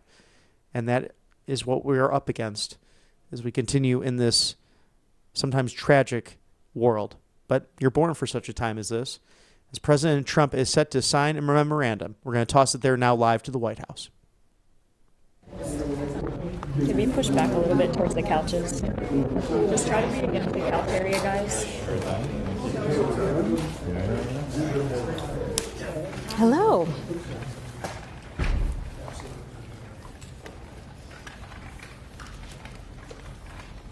Hello, everybody. Nice to have you here. We have some big things to announce. Today, at the request of Governor Bill Lee of Tennessee, who's standing with us, as you know, I'm signing a presidential memorandum to establish the Memphis Safe Task Force, and it's very important because of the crime that's going on, not only in Memphis, in many cities, and we're going to take care of all of them, step by step, just like we did in D.C. We have virtually no crime in D.C. right now. And we're going to keep it that way. It's our nation's capital. We're going to keep it that way, or we're going to federalize it if we had to, but we don't have to anymore because it's in such great shape. This task force will be a replica of our extraordinarily successful efforts here. And you'll see it's a lot of the same thing, although the numbers here are really something. They're really bad. Now, we did send FBI in about 4 months ago to work, and it brought some of the numbers down, and they did a great job, but we're sending in the big force now. We also sent them into Chicago on a sort of a moderate basis, and we brought down crime a little bit in Chicago, but we're now going to bring it down very big. We're going to be doing Chicago probably next. I was with a great businessman, a man who is involved in all cities through his business, and I say, who do you think should be next after Memphis? And he said, sir, you've got to save Chicago. We're going to wait a little while. But he said, you got to save Chicago. You can't let it go. And this is a very prominent man that everybody knows. And this from another man in Memphis was saying, Bill, he was saying, very interesting, he's on the board of FedEx. And his hotel is about a block away. And he said, when I walked there, I said, you know, I don't want to do this again. I never want to do it again. And they won't let me walk there. They take them in armored vehicles. They take the board members of FedEx in armored vehicles like a block away to the hotel. This shouldn't be the U.S. This shouldn't be the United States of America. The task force will be a replica, as I said, and it's going to be, I think, equally successful. This is a tremendous success we've had in Washington, I can tell you, and everyone knows it. And people in the White House that work here and other people that I know are calling me and thanking me. They're going out to dinners. They're doing things that they haven't done in years. The effort will include the National Guard as well as the FBI, ATF, DEA, ICE, Homeland Security investigations, and the U.S. Marshals, and more along the prosecutors. We're going to have DOJ led by U.S. Attorney for the Western District of Tennessee, who is here or not here? Who's that person here? That person is going to be very busy.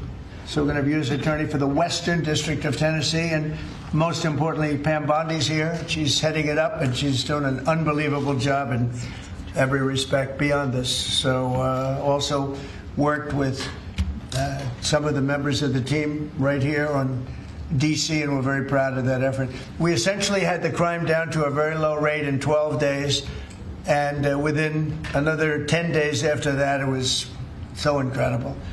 And it continues at that level, and we're going to continue. We have to, because it's our capital.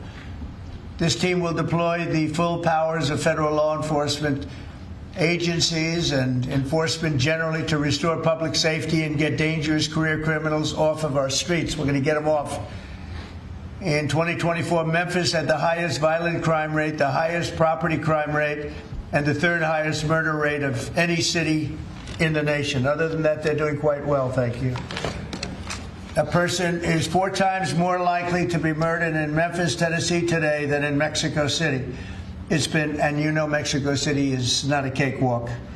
It's been overrun with carjackings, robberies, shootings, and killings. There were 249 murders, 429 rapes, 5,616 burglaries, and 12,522 violent assaults in just the last little while in 2024 and in pieces of 2025, where it's actually gotten worse until recently when we sent the FBI down to see what the hell is going on. Last month, a vicious thug carjacked an elderly woman parked at the movie theater, dragged her out of the car, and body slammed her into the pavement, where she is still trying to recover. Probably won't be successful. So we're not going to allow this kind of savagery to destroy our society anymore. We're stopping it. We're doing it one by one. We're time, but we want to go quickly. We don't want to lose Chicago. We're going to lose Chicago. We're going to lose places like you go to St. Louis. We're going to lose St. Louis. We're not going to lose. We want to save these places. You're going to lose them. It was the way the man said it. He was a very high-quality man. I said, "Who would you do next?" He said, "Sir, do Chicago." You don't want to lose Chicago. We're not going to lose Chicago. So we're going to have to go very big, and we're going to go probably, we're thinking about it for next Pam. We're going to hold it off. We're going to do some of the smaller ones. And the truth is, our people are so good. Gaddy, you're doing a great job wherever you may be. We're doing so good that I don't think we need too much practice, right? But we got to go and save our big cities, our great cities. Chicago's a great city, and we're going to make it great again very soon. And I think we can do that. Despite the tremendous size, I think we can do a real job, and we're going to give you the resources that you need. So with that, I'd like to just end by saying we're going to make Memphis safe again, and I'd like to ask Governor Bill Lee to say a few words, and then Pam can talk, and anybody else you'd like to talk to. We'll go through the whole list. We have all day long if we have to, because we're going to, this is a very important thing. We have to save our country from violent crime. So, Bill? Yes, please. sir. Mr. President, first of all, thank you. Thank you. Thank you for your commitment for federal resources to the great city of Memphis. And it is a great city, and it has a great history and a great legacy. And we are very hopeful and excited about the prospect of moving that city forward. I've been in office 7 years. I'm tired of crime holding the great city of Memphis back. And I have spoken today with the director of the U.S. Marshals, with the director of the FBI, with General Bondi. We realize that this effort of multi-agencies that will combine the work of the Tennessee Highway Patrol and the local police departments, when we come together, we can make significant change in our city and the city of Memphis, and that is a powerfully important thing for the state of Tennessee, and I want to say thank you.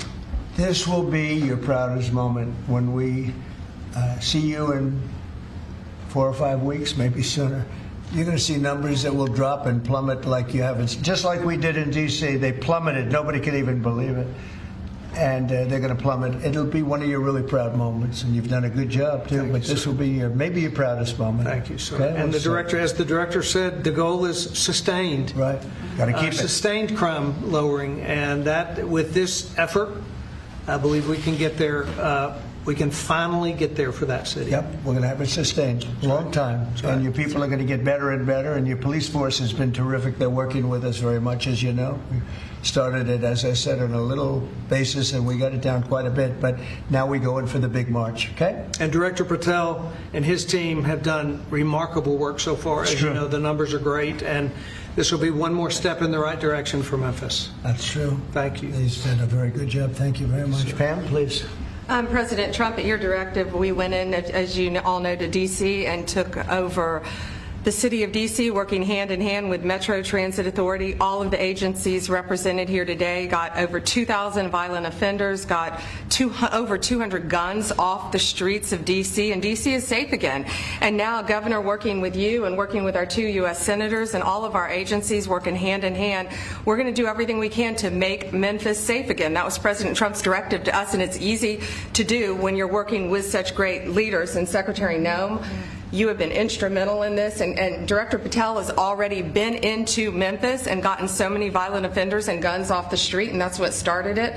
And working with Stephen and Deputy Attorney General Todd Blanche, thank you. We've all been going nonstop, working hand in hand together, and Gowdy Serralta, Terry Cole, and Director Driscoll of ATF wearing 2 hats, and Pete Hegseth with the National Guard, all working hand in hand and being out there for a month. You can't tell who's with what agency but for the T-shirt they're wearing, because everyone's working hand in hand, and that's why we've been so successful. We're going to do that in Memphis, and we're going to get crime off the streets.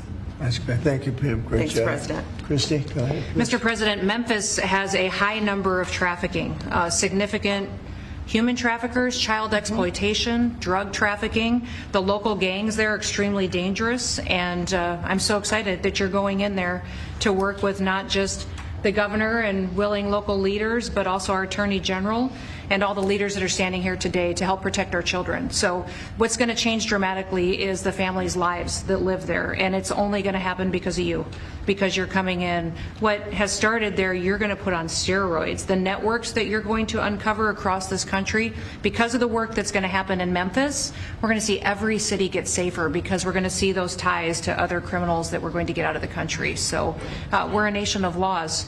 And, sir, thank you for caring about every single city. Thank you, Christy. Really nice. And what makes it to me so exciting is the success we had here so quickly. And, you know, we've taken close to 1,500 people out of D.C., but when I saw the result happen so quickly, and so many people are so thankful, and people that you pass them every day and they're fine, all of a sudden they're thanking me so profusely. It was so exciting what's happened, and continues to be what happened in D.C., and so that's what makes this, I think, even more exciting, because we know what's going to happen. We know we have the people. Look, we're sending in a lot of help. And these cities have been taken over for years, and the last 4 years under Biden, what's happened is just a disgrace. So it really has, what the success we've had here has made it to me much more exciting, because I think we're going to have proportionally. I mean, you have cases where it's even worse. I have some people, we have some people quoted today that we took out of papers. We're so grateful for the National Guard coming, said an owner of a Memphis tax service. It's so dangerous here. It's so darn dangerous that you can't get out of your car. If you get out of your car, he says, you get robbed, you get mugged, you get hit. You can't go to the market or a service station. So, yeah, I want to see crime stop, but I want to see the National Guard come in right away if that's what's necessary. There's a need. Here's another one from a director of a Memphis-based crime prevention organization. There's a need for more boots on the ground. You have to get them done fast before we totally lose it. They're going to lose it all. I got 2 guns put in my face, said another, within 5 minutes at 2 different locations. Said I got a gun put in my face. Then I went someplace else, had another gun put in my face. I was scared. It never happened to me. I've never seen anything like it. Here's another one. I honestly thought he was going to kill me, said a 60-year-old Memphis carjacking victim. A man walked up, give me your car, you got 5 seconds to get out or you're dead. This is what we have in this page after page of the same kind of thing. Cash, would you say a few words, please? Thank you, Mr. President.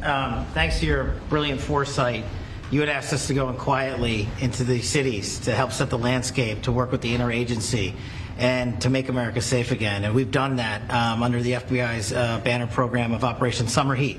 And the results are only as good as the prosecutions. And because the Attorney General and the Deputy Attorney General have mobilized DOJ to successfully prosecute so many violent criminals, we have set the landscape for the interagency to come into Memphis and really make it safe permanently. As the governor and the senators and the other directors were saying, it's not a short-term mission, but thanks to you launching us early, launching us quietly, not looking for the credit, Mr. President. We greatly appreciate your support and the advanced foresight you had in doing that. It's so exciting, and somebody had to do this. A president should have stepped up long ago and saved these cities. So it's not that I wanted to do it, believe me. Somebody had to do it, and we're doing it in a big way. Absolutely. Pete, could you say a few words? Yes, Mr. President. From day one, the DOW, the Department of War. I'm glad you made that correct. Corrected for you, sir. Has been proud to stand with our partners across the interagency, whether it's the southwest border, whether it was Los Angeles getting ahead of that, whether it's right here in Washington, D.C., where Secretary Driscoll and the Army and the National Guard have taken the lead in helping across all of these great folks to secure the city. We are very proud to be here, to stand strong alongside law enforcement. We're glad that Memphis is the place to go. The volunteer state, we're not going to have any problems with the Tennessee National Guard being willing to go in and stand strong in Memphis, sir. Not at all. And get ready, because you'll be doing a lot of other places that are almost as troubled. You got it, sir. Some of them are equal. You look at what's going on in Baltimore, where the governor was telling me how wonderful it is, and you can't walk across the street without being shot. Could I ask our two great senators to say a few words? Of course, Mr. President, thank you so much. I want to say a thank you to Director Patel, because he had promised that he would come into Memphis. We've had Operation Viper there this summer. There have been over 500 arrests. There are over 100 indictments. And Memphis had the best stats they have had in years this past August. Last month, it was the best August they have had, and it's because of the work that's been done. And now to have a new phase of this enforcement for Memphis, where we are going to have all of these agencies working as a team, as the governor said, making certain that this is a long-term effort to make Memphis safe again. Mr. President, we are so grateful, and we thank you. Thank you. Yeah, thanks, Mr. President. And this is an issue that's plagued Memphis since I was a boy, Mr. President. And it's time that we addressed it, and I appreciate your leadership allowing us to do that. And the team that you've assembled here is going to help us deliver the most fundamental responsibility of our government, and that's public safety. This shouldn't be a partisan issue. This should be something that is our primary goal. And certainly I hope to see Memphis become the safest city in America. And thanks for the effort of all of your team here to make certain that happens. Thank you, Governor Lee, and I want to say thanks to the Memphis Police Department and the Sheriff's Department there too, who have all worked closely to bring this together. I look forward to tremendous results.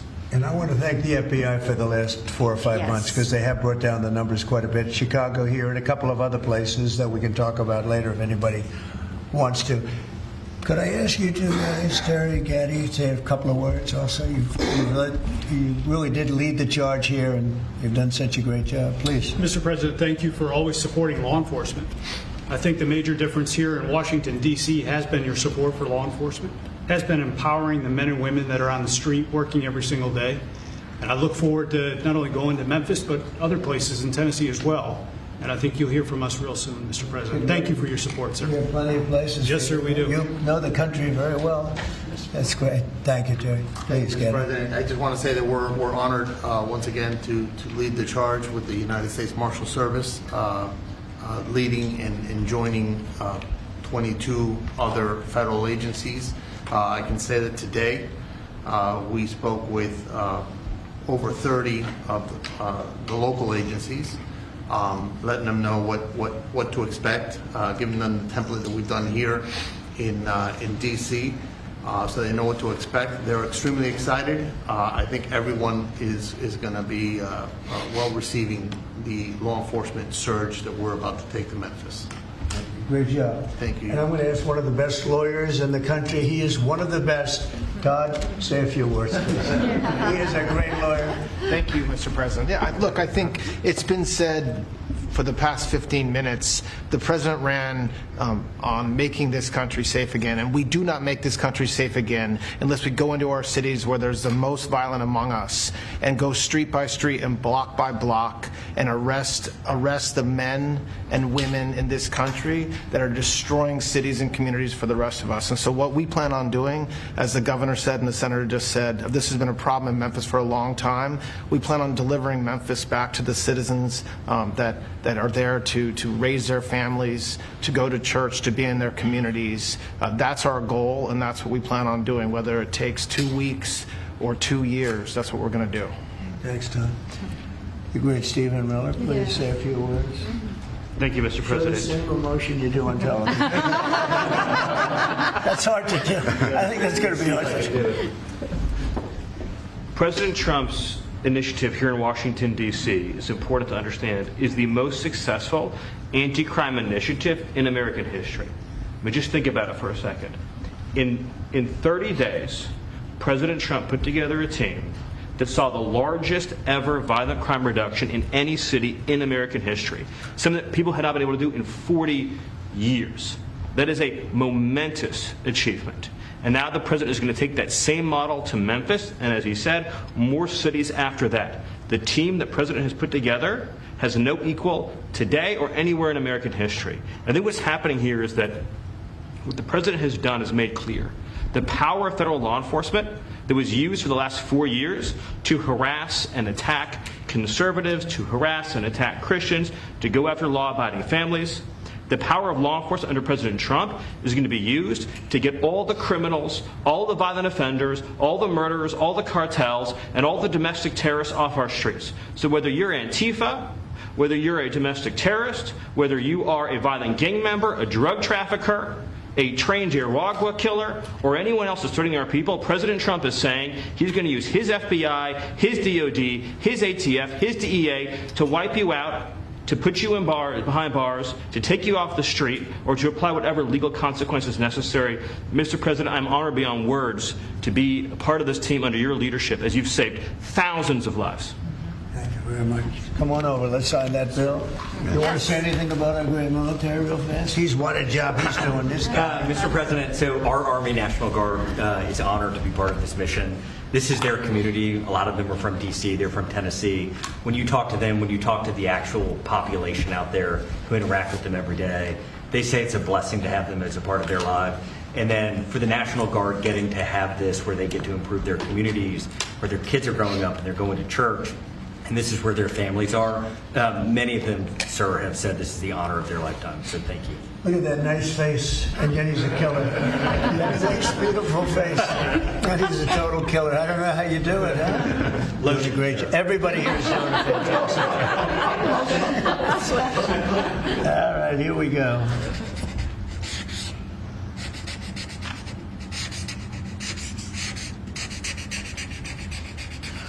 Wonderful. Okay. Wonderful.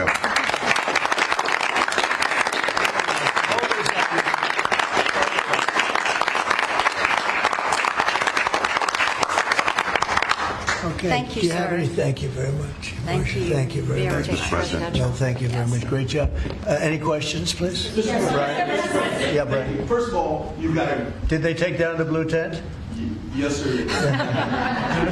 Last time he hit me with a blue tent and nobody knew what he was talking about. We found out, right? Found out, and he was gone the next day, and they had a lot of... That was not so easy. They had, that's a violent, radical left group.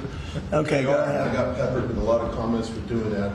They still have their First Amendment right, though. They're still out there protesting. Well, you've got an amazing team behind you. You've done an awesome job for D.C. I want to get ahead of a story that I think might come out. You pushed out an email earlier today really showing dozens and dozens of local media in Memphis highlighting all of the violent crime in that city.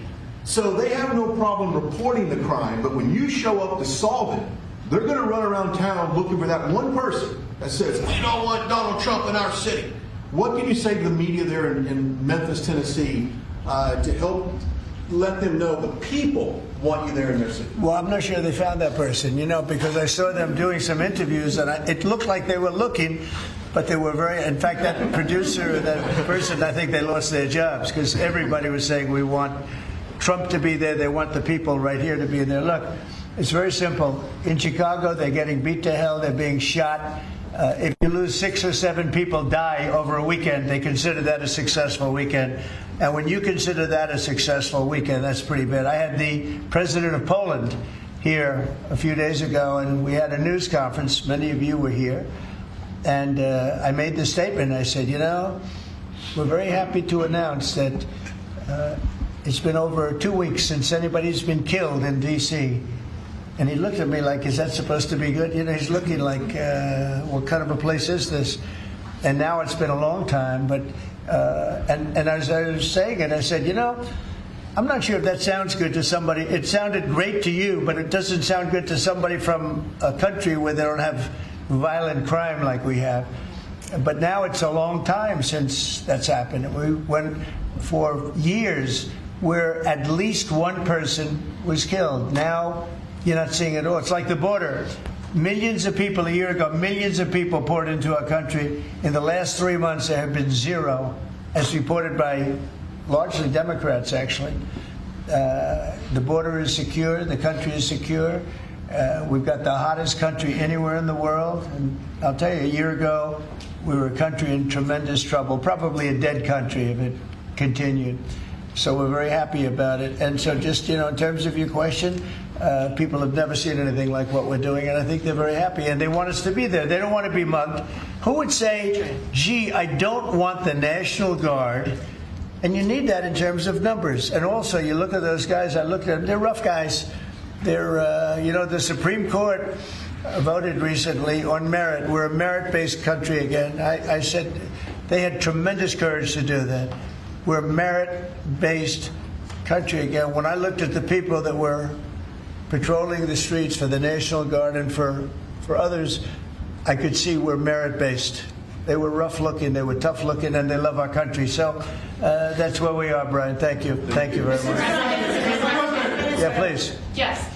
Given with all the that's going on with Charlie Kirk's assassination and the left-wing violence going on, do you have plans, and actually this is a great opportunity with all these people, do you plan on designating Antifa finally a domestic terror organization?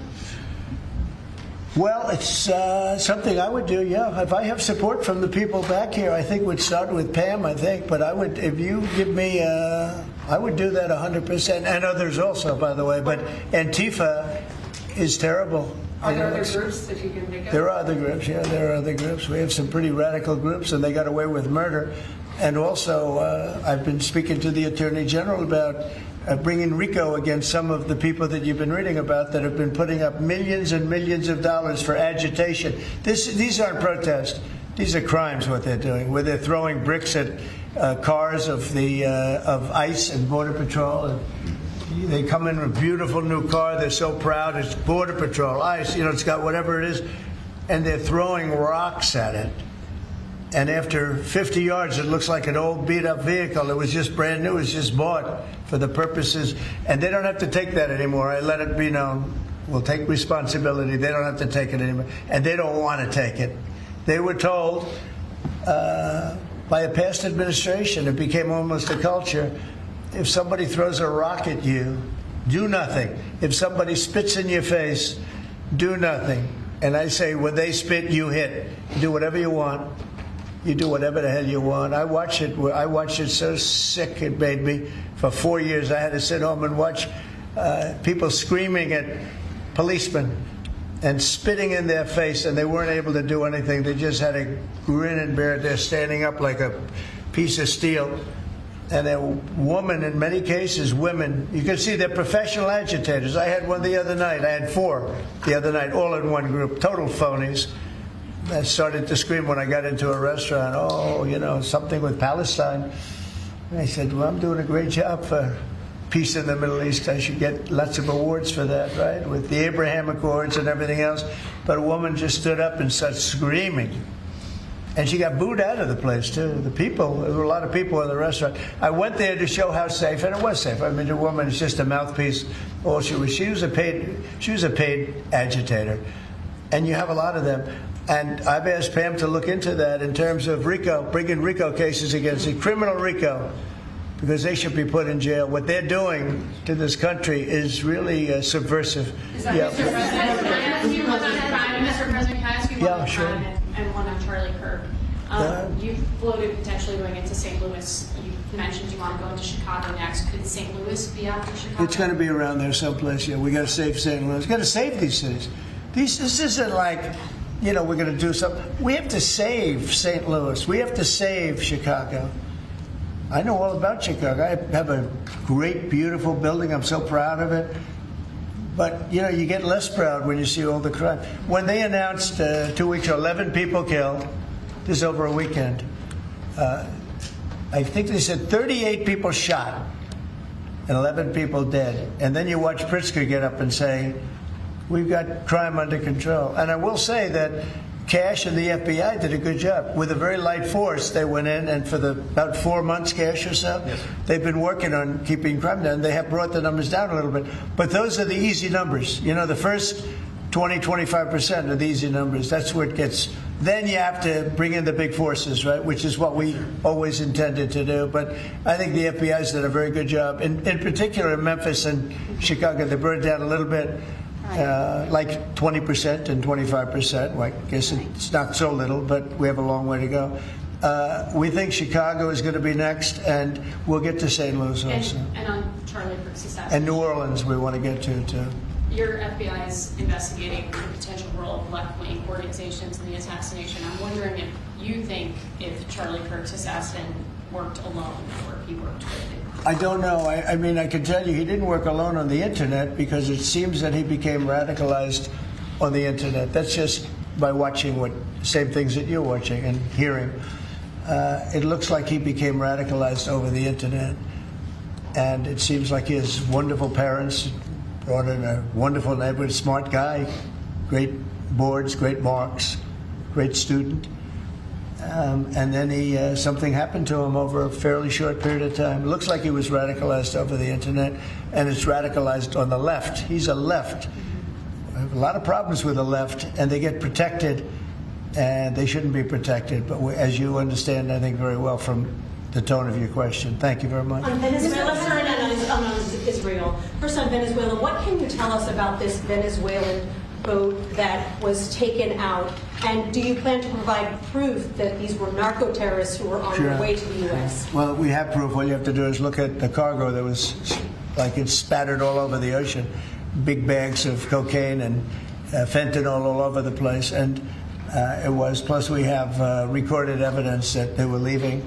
We've recorded them. It was very careful, because we know you people would be after us. We're very careful. The military has been amazing. And General Kane showed me a little while ago the clip, but you could actually see it. But you don't have to see it, because we have recorded proof and evidence. We know what time they were leaving, when they were leaving, what they had, and all of the other things that you'd like to have. But we have noticed that there are no ships in the ocean anymore. We're seeing that there's like no ships, when the first one we went, there were hundreds of boats. Now there are no boats. I wonder why. Meaning no drugs are coming across. Probably stopping some fishermen, too. I mean, to be honest, if I were a fisherman, I wouldn't want to go fishing. Just a nice, let's take a little trip, because I'd say, man, maybe they think I have drugs downstairs. I don't want that. I think the fishing business probably been hurt. But there are literally no boats. This was a boat, and we were surprised to see it. Now, what does that mean? That means there's no drugs coming by sea. But they do come by land. And you know what? We're telling the cartels right now, we're going to be stopping them too. When they come by land, we're going to be stopping them the same way we stop the boats. And you'll see that. But maybe by talking about it a little bit, it won't happen. If it doesn't happen, that's good. But they killed 300,000 people in our country last year. And we're not letting it happen anymore. And then on Israel, did Bibi Netanyahu speak to you directly to alert you that Israel was going to be striking Hamas sites in Qatar? No, he didn't. Yeah, go ahead. How did you learn of it? Same way you did. Go ahead, please. You mentioned that the shooter was radicalized online. I think so. By the way, when I say that, that's my opinion. I think he was radicalized online based on what they're saying. Do social media companies bear any responsibility for that? And how is that? I'm going to have to ask, I don't know, I'd ask Pam that question. I don't know if you or Todd could give an answer to that. Somebody has to bear some responsibility. You know, and President Trump, I've always told parents, you got to watch what your kids are doing on the internet, what they're doing online, what they're listening to, what they're reading. They're all online, they're all on their phones all the time. Parents have got to monitor that, because this starts when you're young.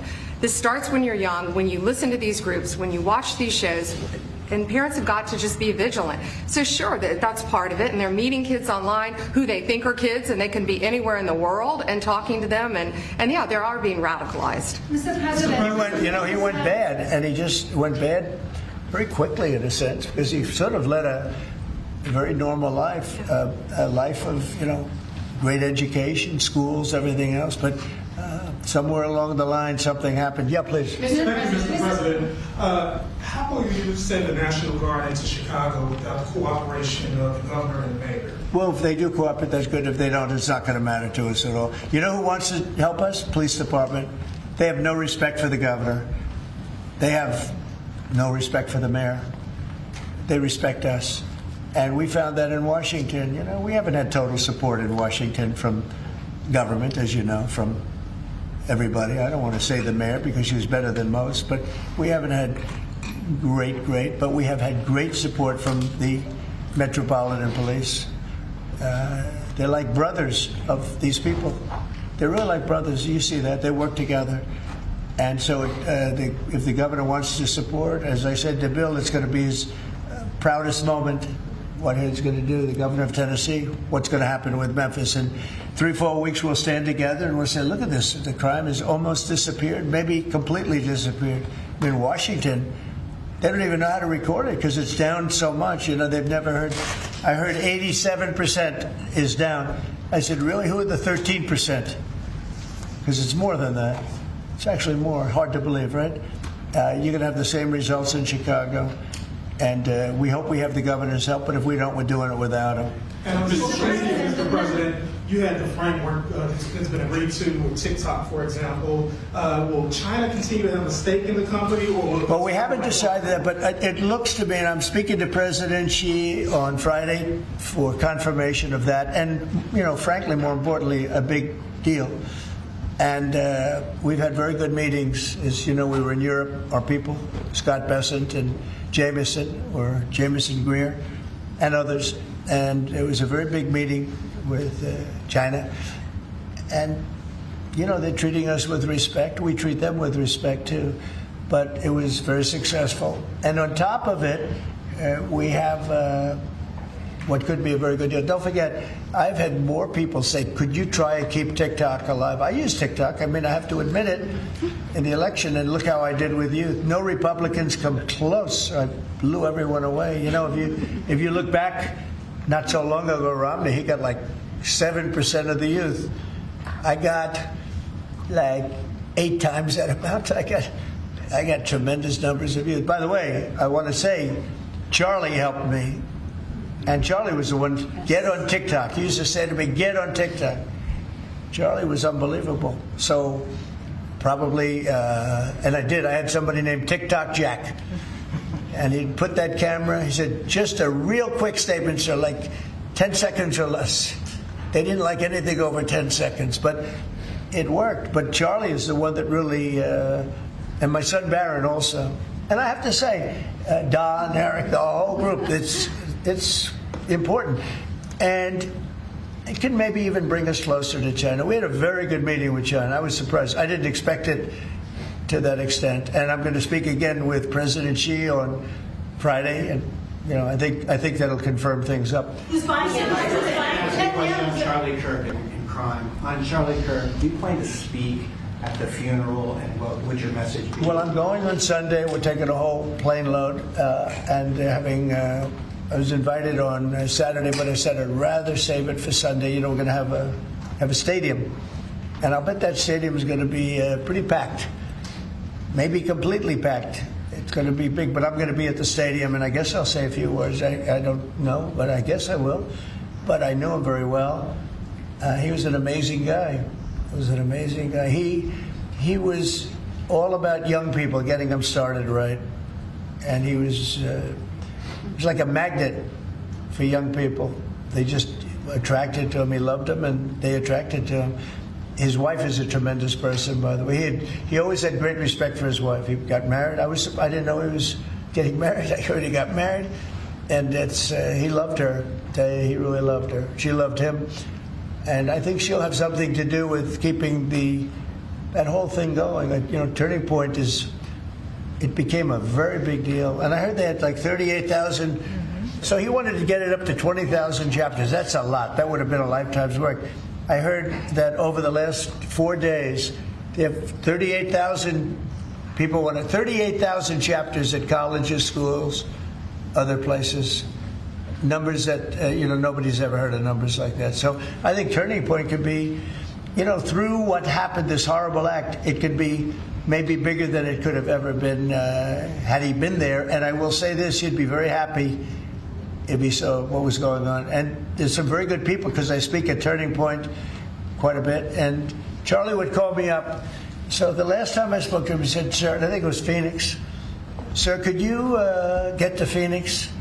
This was like in a day. I said, "Charlie, I'm the President of the United States. You're calling, asking me if I could speak tomorrow in Phoenix. You can't do that to me, Charlie." But usually I ended up going. He was great. He was a great guy, and he didn't deserve this. He didn't deserve this, believe me.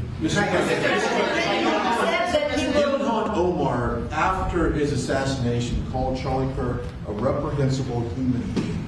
Should she be stripped of her community assignments? I would say, I think she's a disgraceful person.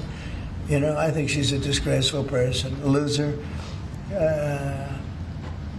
It's amazing the way people vote. I know it's people from her area, maybe of the world. I don't know. They got here and they vote her in. It's hard to believe, but I think she's a disgusting person. And one more question, if I could. A lot of these, in recent of these trans shooters that we've seen over the last couple incidents, this flag right here is up and down 14th Street. This is what would be a trans flag. A lot of people are very threatened by this flag. It means a lot of different negative things to people, violence. Would you be opposed to taking this flag down up and down the streets of D.C.? Well, I wouldn't be. Then they'll sue and they'll get freedom of speech stuff, so that'll happen. But I would have no problem with it.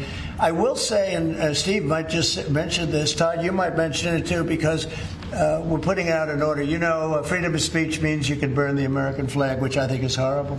But I noticed something over the last little while. As you do this, you start noticing things that you wouldn't normally think.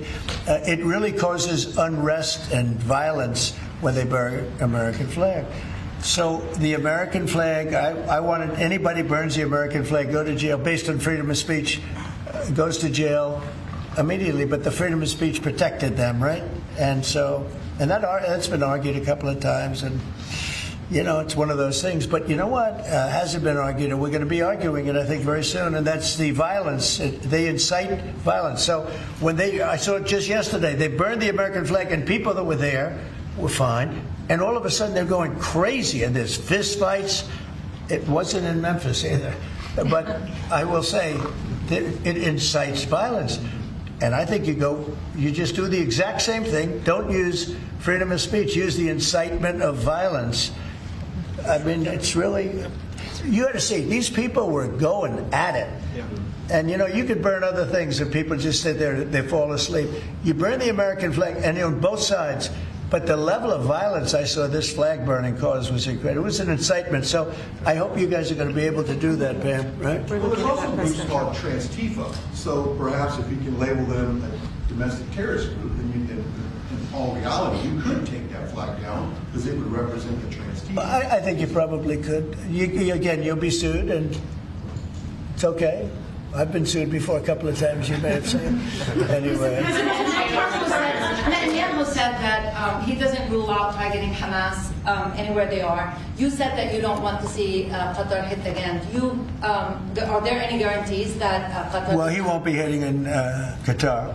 As I say, I call it Qatar, you call it Qatar. You're actually more right, but actually you're allowed to go. The Emir said, you can say it any way you want, but I've always thought of it as Qatar. I think it's a beautiful sound. And actually, they've been a very good ally. And a lot of people don't know that. but he won't be hitting Qatar, but he will be maybe going after. Now, there was an article that I read in a newspaper just about an hour ago where Hamas said they're going to use the 20 hostages as human shields. They're going to bring them up from the dark tunnels, and they're going to put them in the line of fire so that if Israel goes forward, they're going to die. And I thought that was very terrible, and I put out a statement on that. You saw that. But Mr. President, I want Charlie Kirk, in retrospect, given all of the moving ways that this White House has paid tribute to Charlie Kirk, right. Do you think it would have been fitting to lower the flags to half-staff when Melissa Hortman, the Minnesota House Speaker, was gunned down by an assassin as well? I'm not familiar. The Minnesota House Speaker, a Democrat, who was assassinated this summer. Well, if the governor had asked me to do that, I would have done that. But the governor of Minnesota didn't ask me. I didn't. I wouldn't have thought of that, but I would have if somebody had asked me. People make requests for the lowering of flag, and oftentimes you have to say no because it would be a lot of lowering. The flag would never be up. Had the governor of Minnesota asked me to do that, I would have done that gladly. And given the killing of Melissa Hortman, the attack on Paul Pelosi, the attack on Gabby Giffords, the attack on the Pennsylvania governor's mansion, why make the case that violence is only on one side? It seems to be taking place. I didn't say it's on one side, but I say the radical left causes tremendous violence, and they seem to do it in a bigger way. But the radical left really is caused a lot of problems for this country. I really think they hate our country. Okay, yeah, please. This may be related to the RICO work that you're doing, and I'd like to confirm. And we are really looking at that seriously. Vice President Vance was speaking with Stephen Miller earlier today about targeting NGOs that they were saying foment violence. Right. Is that? Can you speak more to that? And what NGOs specifically are you looking to target, sir? A number of them. Steve, please. Yes, so I believe what you're referring to is there are these nonprofit entities that organize, as the President mentioned, attacks on ICE officers, attacks on Border Patrol agents, organized doxing campaigns, which are a violation of federal law. They break off cement and they bring into riots. They have organized drop points for weapons, organized drop points for gas masks, organized drop points for all the materials necessary to launch a riot. And of course, you saw that during the Black Lives Matter riots as well, too. So there's this whole network of organizations. And I think the key point the President's been making is somebody is paying for all of this. This is not happening for free. And so under the President's direction, the Attorney General is going to find out who is paying for it, and they will now be criminally liable for paying for violence. And you know, a new thing that I've been seeing a lot of lately, but never saw before, is they're walking in with bricks and rocks and everything. And the FBI or the Border Patrol or ICE or the police are grabbing them and taking them away, and that's great. And then they whip out a hammer, and it's a beautiful hammer, really. It's nice. You know, this is not a hammer somebody happens to have. These are serious hammers, beautiful, brand new hammers, and they start breaking up the concrete sidewalks and the granite curbs in many cases. Granite is hard to cut, you know, it's very hard stone, and they're banging away and handing out pieces of stone. So instead of having it in bags, they're banging the sidewalk, knocking that. You have to see what some of these sidewalks look like when they finish, and especially the curbs, because the granite curbs are very, very expensive, and they're great, and, you know, very hard. They are almost indestructible, but not when it gets pounded on for 20 minutes by some pretty strong guy. And then they hand out big chunks of stone so that people can throw them at the police and people can drop them off bridges into car windows. No, we have a long way to go, and we're going to make it all good. We're going to make it really safe. This country is going to be safe. We've got almost 3.5 years. Think of that, 3.5 years. It's a long time. It goes quickly, but at the end of that time, I hope one of the many things we can say is that we made our cities safe again. Thank you very much, everybody. Thank you. Thank you. Guys, come on, TV, everyone. Thank you.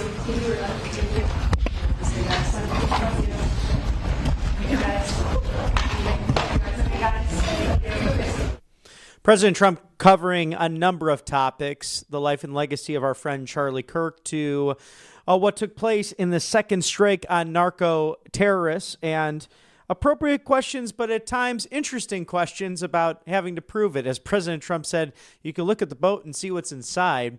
It clearly is narco-terrorism trying to infiltrate this country. Within the last hour and a half, President Trump putting out truth just on this very statement that this morning on my orders, the United States military forces conducted a second kinetic strike against positively identified extraordinary violent drug trafficking cartels and narco-terrorists in the Southcom area of responsibility. Now, this strike occurred while these confirmed narco-terrorists from Venezuela were in international waters transporting illegal narcotics, i.e. deadly weapon poisoning Americans headed to the United States. These extremely violent drug trafficking cartels pose a threat to the United States' national security, foreign policy, and vital U.S. interests. The strike resulted in 3 male terrorists killed in action. No U.S. forces were harmed in the strike. Be warned, if you are transporting drugs that can kill Americans, we are hunting you. The illicit activities by these cartels have wrought devastating consequences on American communities for decades, killing millions of American citizens. Again, just in 1 year, the sophomore year of the Biden administration, the auto pen, over 120,000 Americans per Dr. Sebastian Gorka's sightings at the Health and Human Services Department. You could find it on their site. It's hard to find, but you could find it. Perishing because of these poisons. That is largely more and mostly young Americans compared to 50 years of foreign policy entanglements and engagements by the United States being forced upon or by even exploring democracy, as we saw in Iraq on a couple of occasions. It's frightening to think about. Video of that declassified by this administration, the most transparent administration in modern American history, for your viewing.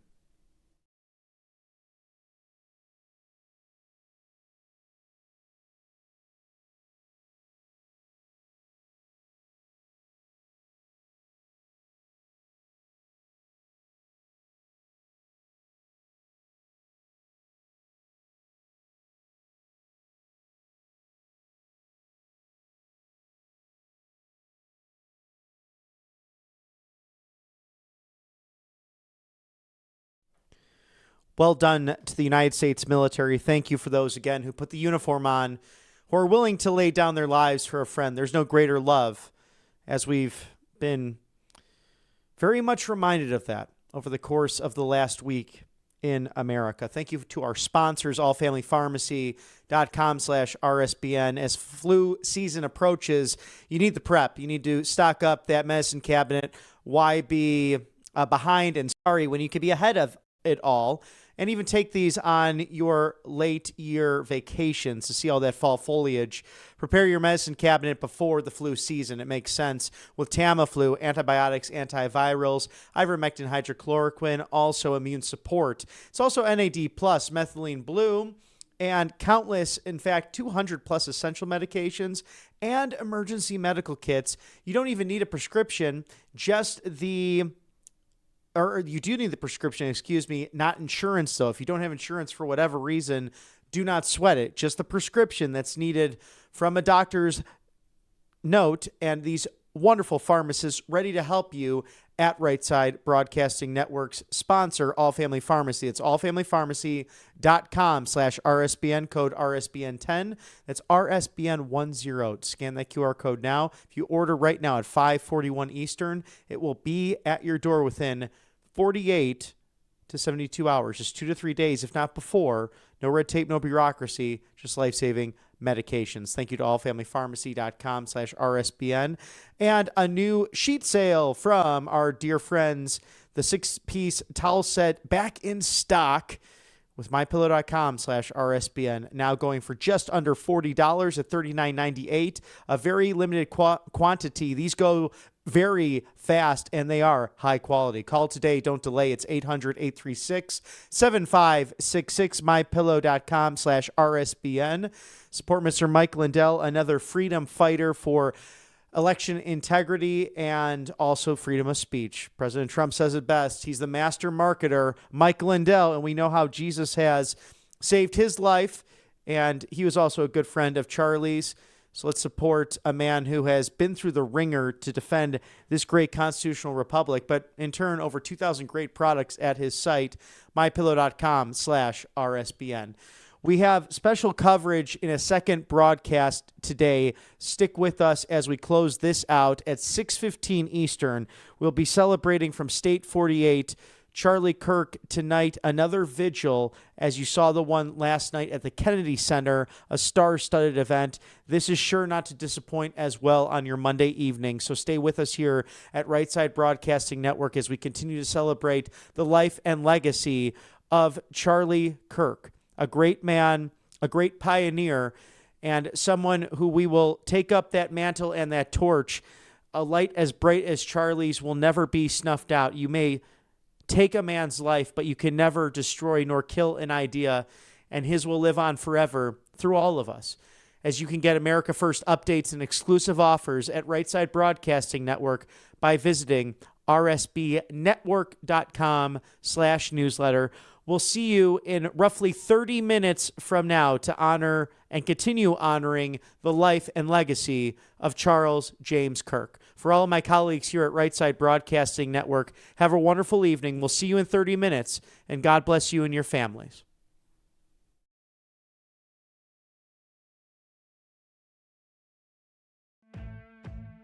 Welcome to Right Side Broadcasting Network, your trusted conservative news outlet. At RSBN, we deliver the truth when the mainstream media falls short. Since 2015, we've proudly broadcasted every single one of President Trump's iconic MAGA rallies, bringing you the excitement and energy live before anyone else. By watching RSBN, you get an unfiltered front row view of the action on the ground. We interview the crowds to give a voice to millions of Americans just like you. We show you President Trump's speeches in their entirety, free from interruptions and censorship. We cover the stories that matter to you with the integrity and passion you deserve. Thank you for choosing RSBN as your home for America First News. Together, we stand strong, united, and informed. So join us and be part of the right side of history. Tired of being told no by your doctor, your pharmacy, or worse, your insurance company? You're not alone. Millions of Americans are waking up to a broken healthcare system. That's why more and more people are turning to All Family Pharmacy. We believe in medical freedom. We deliver the prescription and the medication, all from licensed U.S. doctors and pharmacists, from ivermectin and trusted antibiotics to maintenance medications, even NAD+, the revolutionary anti-aging supplement. Use code RSBN10 at checkout for 10% off your first order.